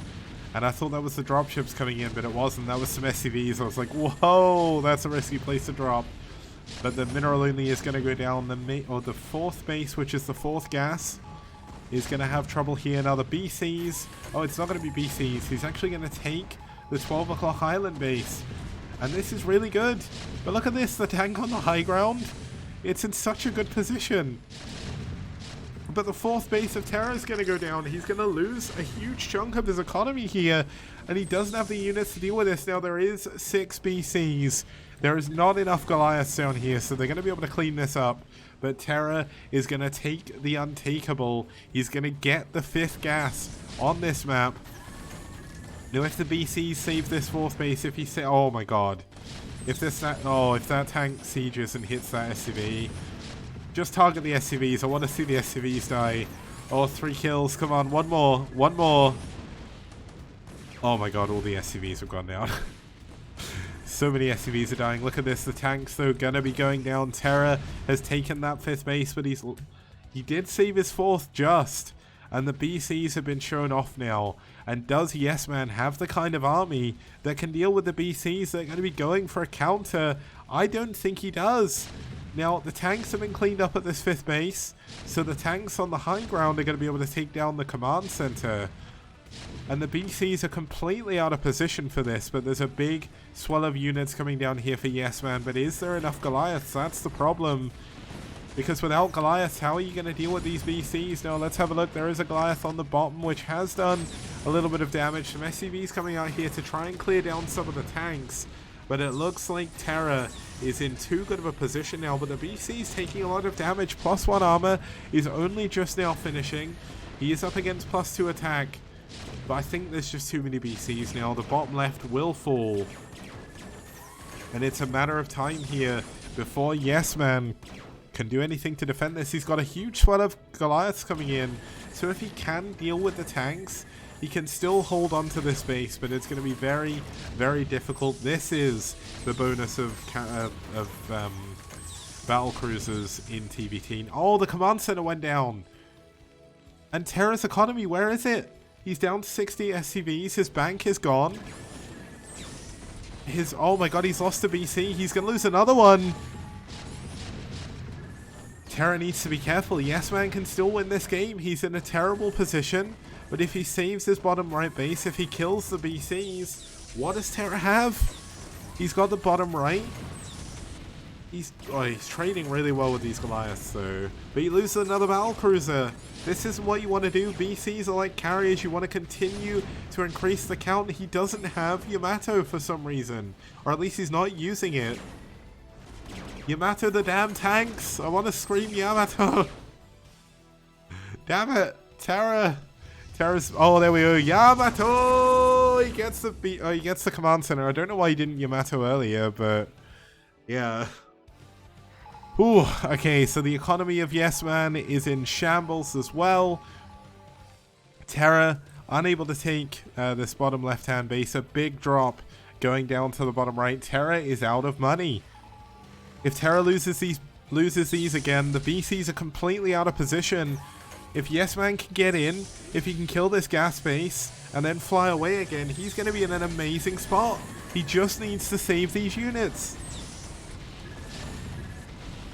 The CC took a little bit of damage before, I think, but there we go. The CC is, oh, it's going to survive. Is he going to repair? 6 health, 5 health, 4 health, 3 health, 2 health, 1 health? Kaboom! The command center goes down, and here come the BCs. The dropships flying through them as well, taking a little bit of damage.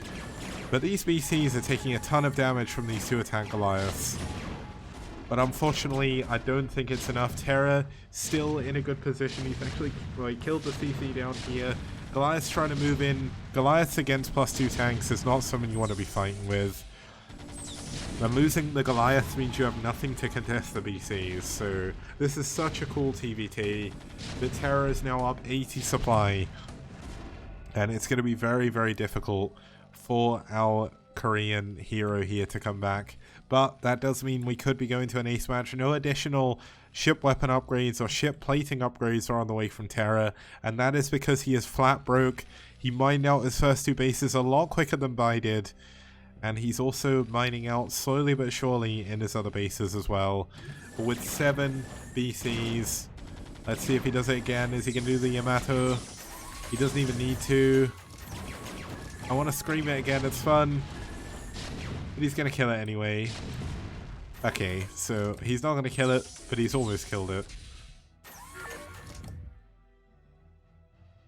Okay, so BC's continuing to wreck the skies here. The base here still hasn't been taken, and that's because of 2 tanks. It's kind of crazy how much 2 tanks on this map deny this base. Like I said earlier that this base is pretty untakeable, and this is why. Like there's 3 tanks, and those 3 tanks stop a CC because he can't build one there. Now Yes Man is trying to scan around. He sees where the BCs are, which is a benefit. But Terra has so much map vision. This is going to be the final move, I think, for Yes Man as he tries to break through. If he can micro the Goliaths perfectly, he can kill all these BCs, but it's so hard to do. He's worrying about the tanks as well. And mine even going off on Yes Man's army. And Yes Man clears the tanks for the most part, but he still can't clear the BCs. GG, Yes Man taps out, and Terra takes us to the ace match.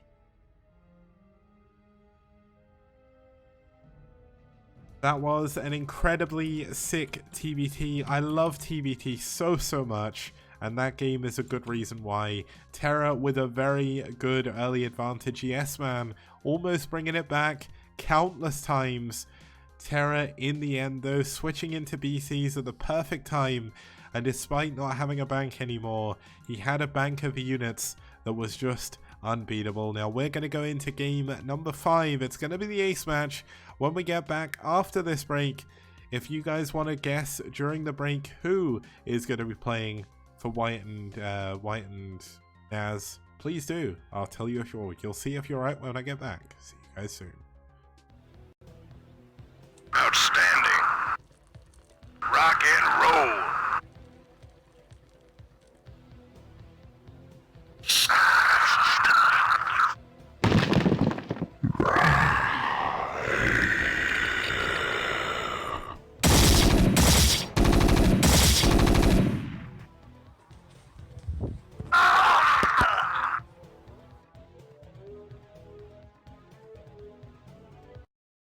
Okay, we have a ton of Matrino codes still to use, so I'm making this quick video to show you how easy it is to actually use them. So you click the Matrino link, it brings up the Matrino page.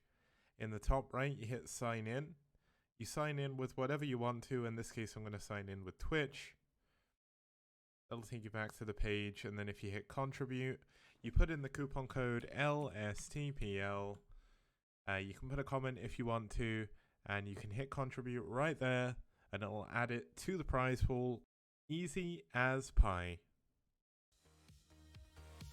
STPL does. Bio TVP. Wow! You got it. STPL does. Mass Scouts? No problem.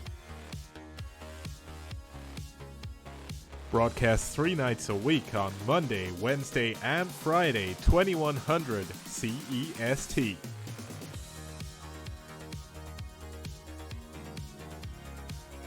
Fantastic casting, fantastic production, fantastic prizes. Only here on the STPL.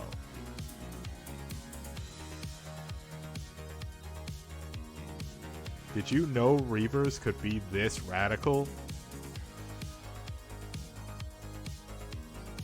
How did these lings even get here? All I know is that's one dead base. STPL does. Wraiths, Valkyries, Carriers, and Corsairs. Forget about it.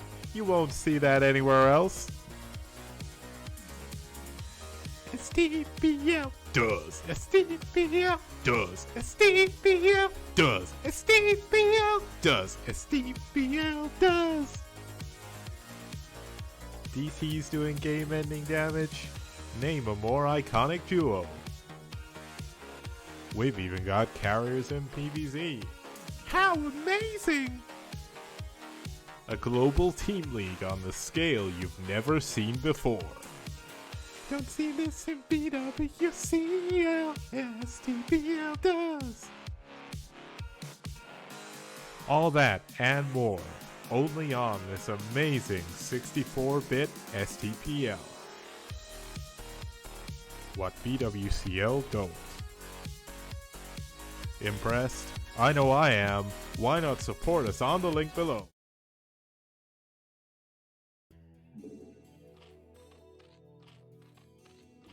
Okay, here we are for the ace match between NaS and White Clan. It's Eonzerg versus Famasi as ZBT. Here, wait, have I got the maps wrong? Is the ace match multiverse? It must be. How did I type the wrong? I typed the wrong okay, let me fix that. Luckily enough, I'm hoping I can fix this in one move. Let's check. Okay, well I can't. Let me re-add the wins. So Q1. Oh, I need to reset everything. Well, this is certainly interesting, guys. One sec. Dragon Beat Fairy. I beat Jaeyoon, and Terra beat Yes Man. And by the power of Grayskull, we have returned to Eon Zerg versus Famasi. Now, starting us off here in the top right-hand position, we do have in the navy blue, fighting for White Clan from South Korea. It's their ultimate ace player so far. It's Famasi.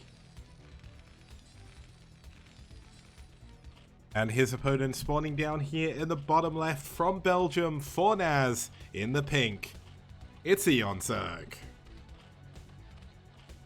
Now Eon Zerg, one of the best Zergs, not only in the foreign scene, but also in the STPL.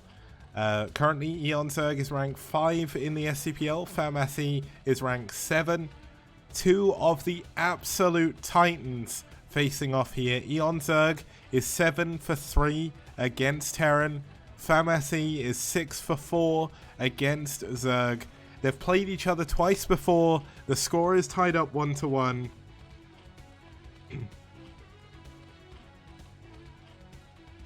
The only infested Terran drop on Mineralite was in, it was on Holy World SE. It was 0 versus Ivor, I think. No, 0 versus, was it Protoss? I can't remember who it was. But Eon versus Famasi should be an amazing game. They've played twice before. They were both really, really good. So I'm looking forward to seeing how they're both going to play this out. Eon Zerg did go for a 9 pull into gas into a hatchery. So he's going to play a little bit more aggressive here.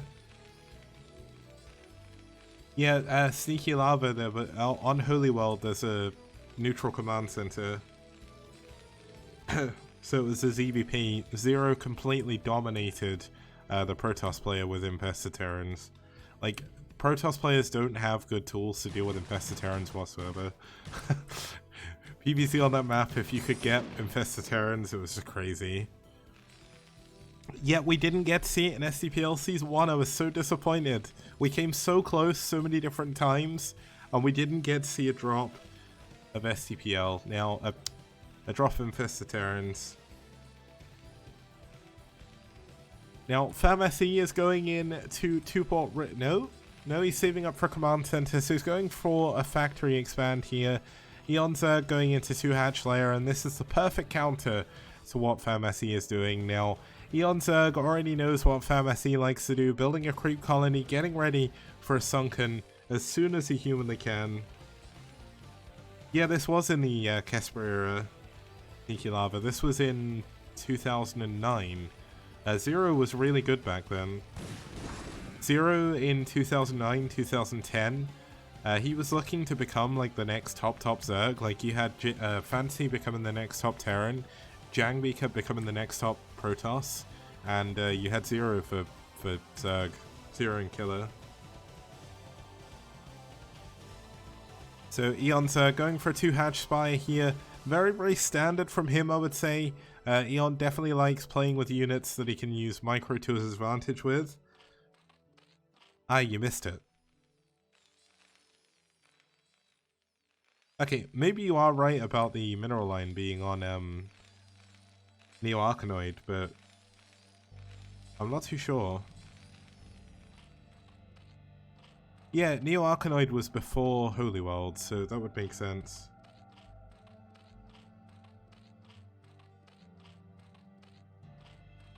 Okay, so Famasi is still on 1 base. He does have his command center coming in, going up to 2 factory. He's going to go up to 2 factory Goliath production. We should see immediately Charon boosters finishing when this armory's done, when he's got the money. There we go. Super, super important to get this upgrade. Goliaths, until you have numbers, are pretty trash against Mutalisks. Like, mass Muta will pretty much always beat mass Goliath, as long as the Mutalisks have +1 carapace.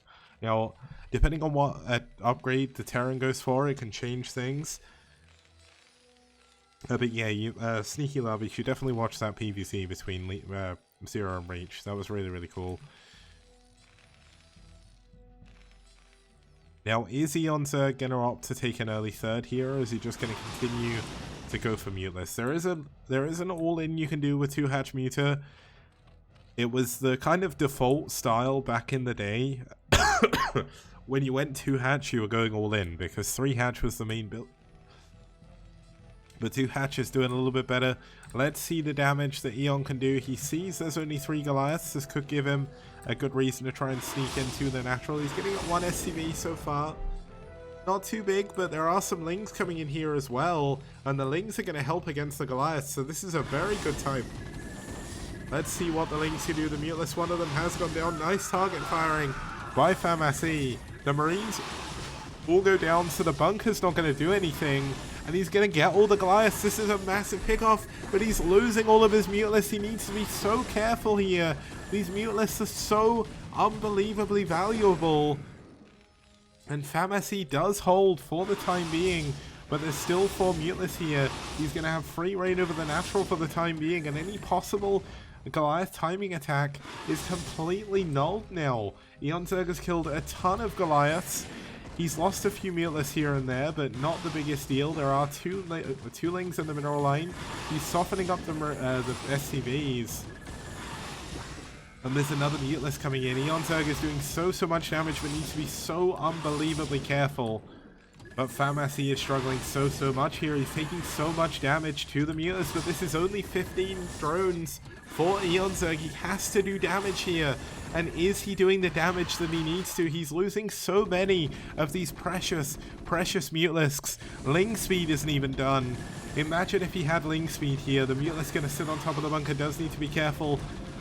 Oh, the repair coming in from the SCV. So powerful, but not powerful enough. There wasn't enough SCVs. The bunker goes down, and Eon Zerg looks like he's going to win one of his patented early game wins here, as there's almost nothing that FAMASI can do against this. But look at this, the Goliath count's rising, the Muteless are so low on health, and Eon Zerg, he's still all in. If he loses all these Muteless, it's not going to be game over, but it's going to be so hard to recover for Eon Zerg. FAMASI has taken a ton of damage, but so has Eon Zerg. He's built everything he has into these Mutelisks. He's done critical damage, but if he continues to try and move in and go for the kill move, he can easily throw this game away. He needs to play more conservatively. Is he getting a little bit too overeager to end the game? That's the question we have to ask ourselves here. There's no third base on the way. There's no additional drones. He's still doing nothing but adding on more Muteless. I don't understand this decision. Just go back, go home, get Sunkens, get a ton of drones, and just win against FAMASI that way. This is not the path to victory against Goliaths. Goliaths, the count is going up and up, and the Muteless are losing their utility here. It could get the engineering bay, but I mean, where's he gonna find damage now? He can't. This is just way too many Goliaths for these Muteless to deal with now.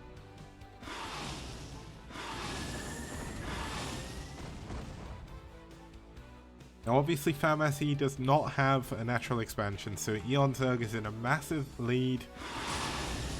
But FAMASI didn't lose all of his SCVs. He's still got more SCVs than Eon Zerg has drones, and Eon still doesn't have a third base. Eon can still throw this game away. Did +1 carapace ever get built? No, it didn't. So no +1 carapace for Eon Zerg either.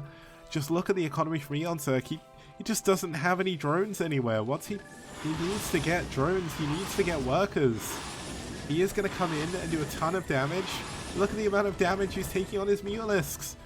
And all he has now are pretty much these Mutas right now. So if he loses these Mutas without killing many Goliaths, FAMASI is going to have a timing attack possibly here and push across the map.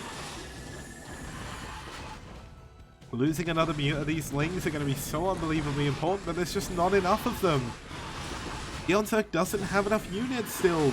The Goliath count is still fairly healthy. Nice target firing. Gonna get a ton of those Mutas, and FAMASI is holding on. He's secured his natural again, and Eon Zerg, who's been all in for so long, has a chance of throwing this game away. Why is he not droned up? What is he planning? Eon Zerg needs to transition out of this all in. He doesn't have the units it takes to kill the Terran anymore.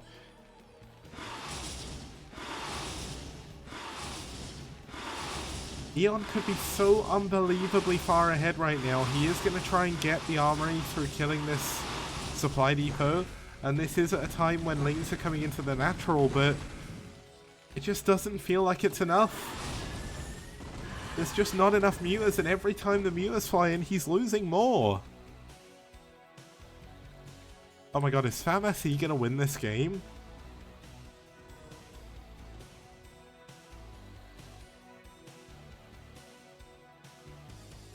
Okay, Eonzerg down to 7 muteless now. Is that going to be an 8? Yeah, so he's back up to 8.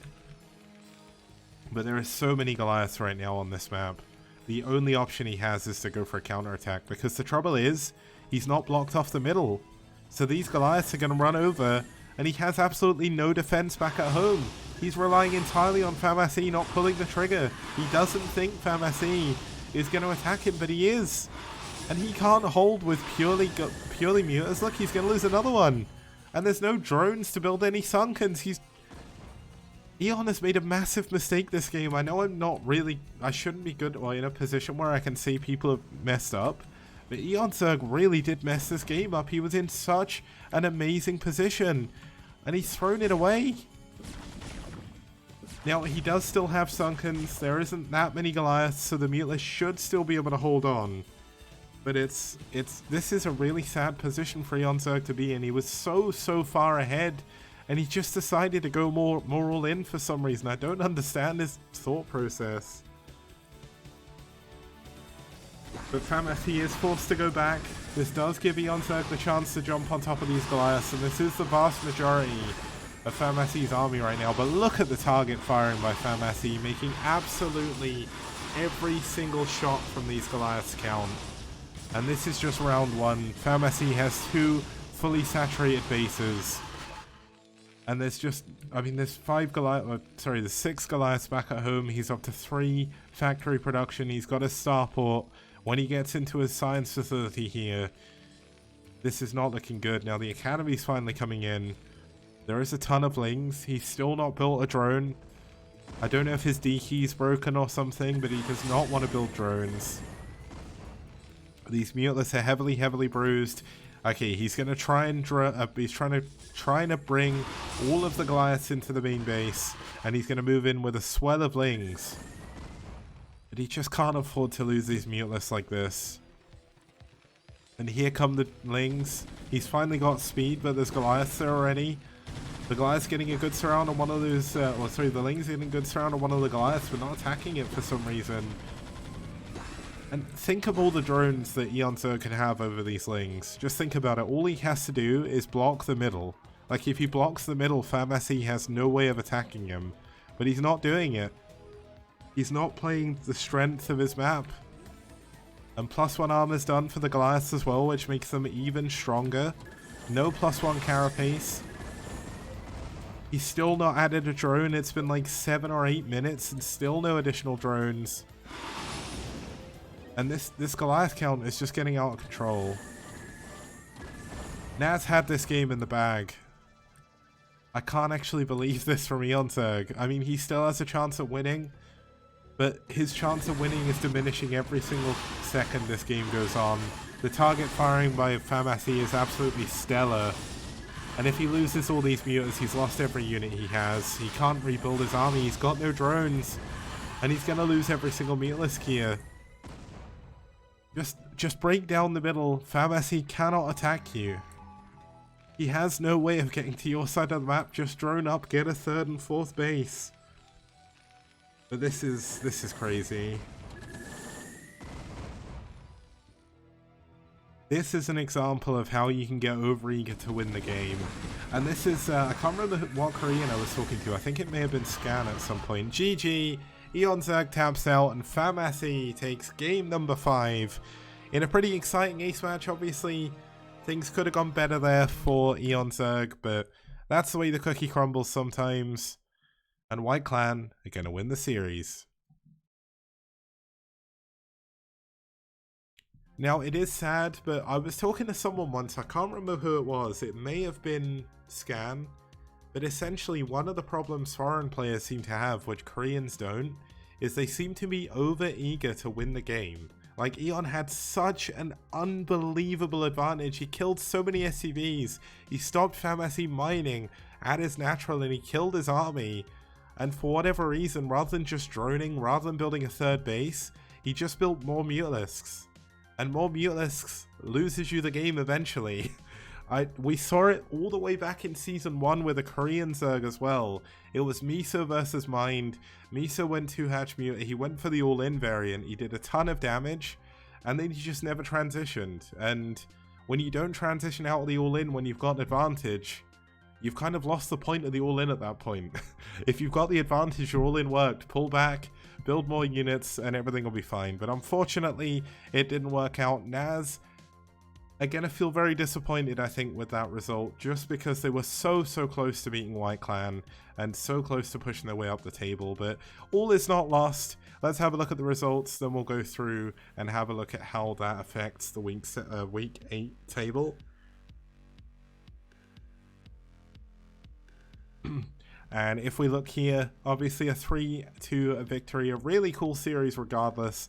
Jew versus Kingdom was a great PvP on Desperado. Dragon versus Fairy on Neo Outlaw was an awesome example of defending in PvZ.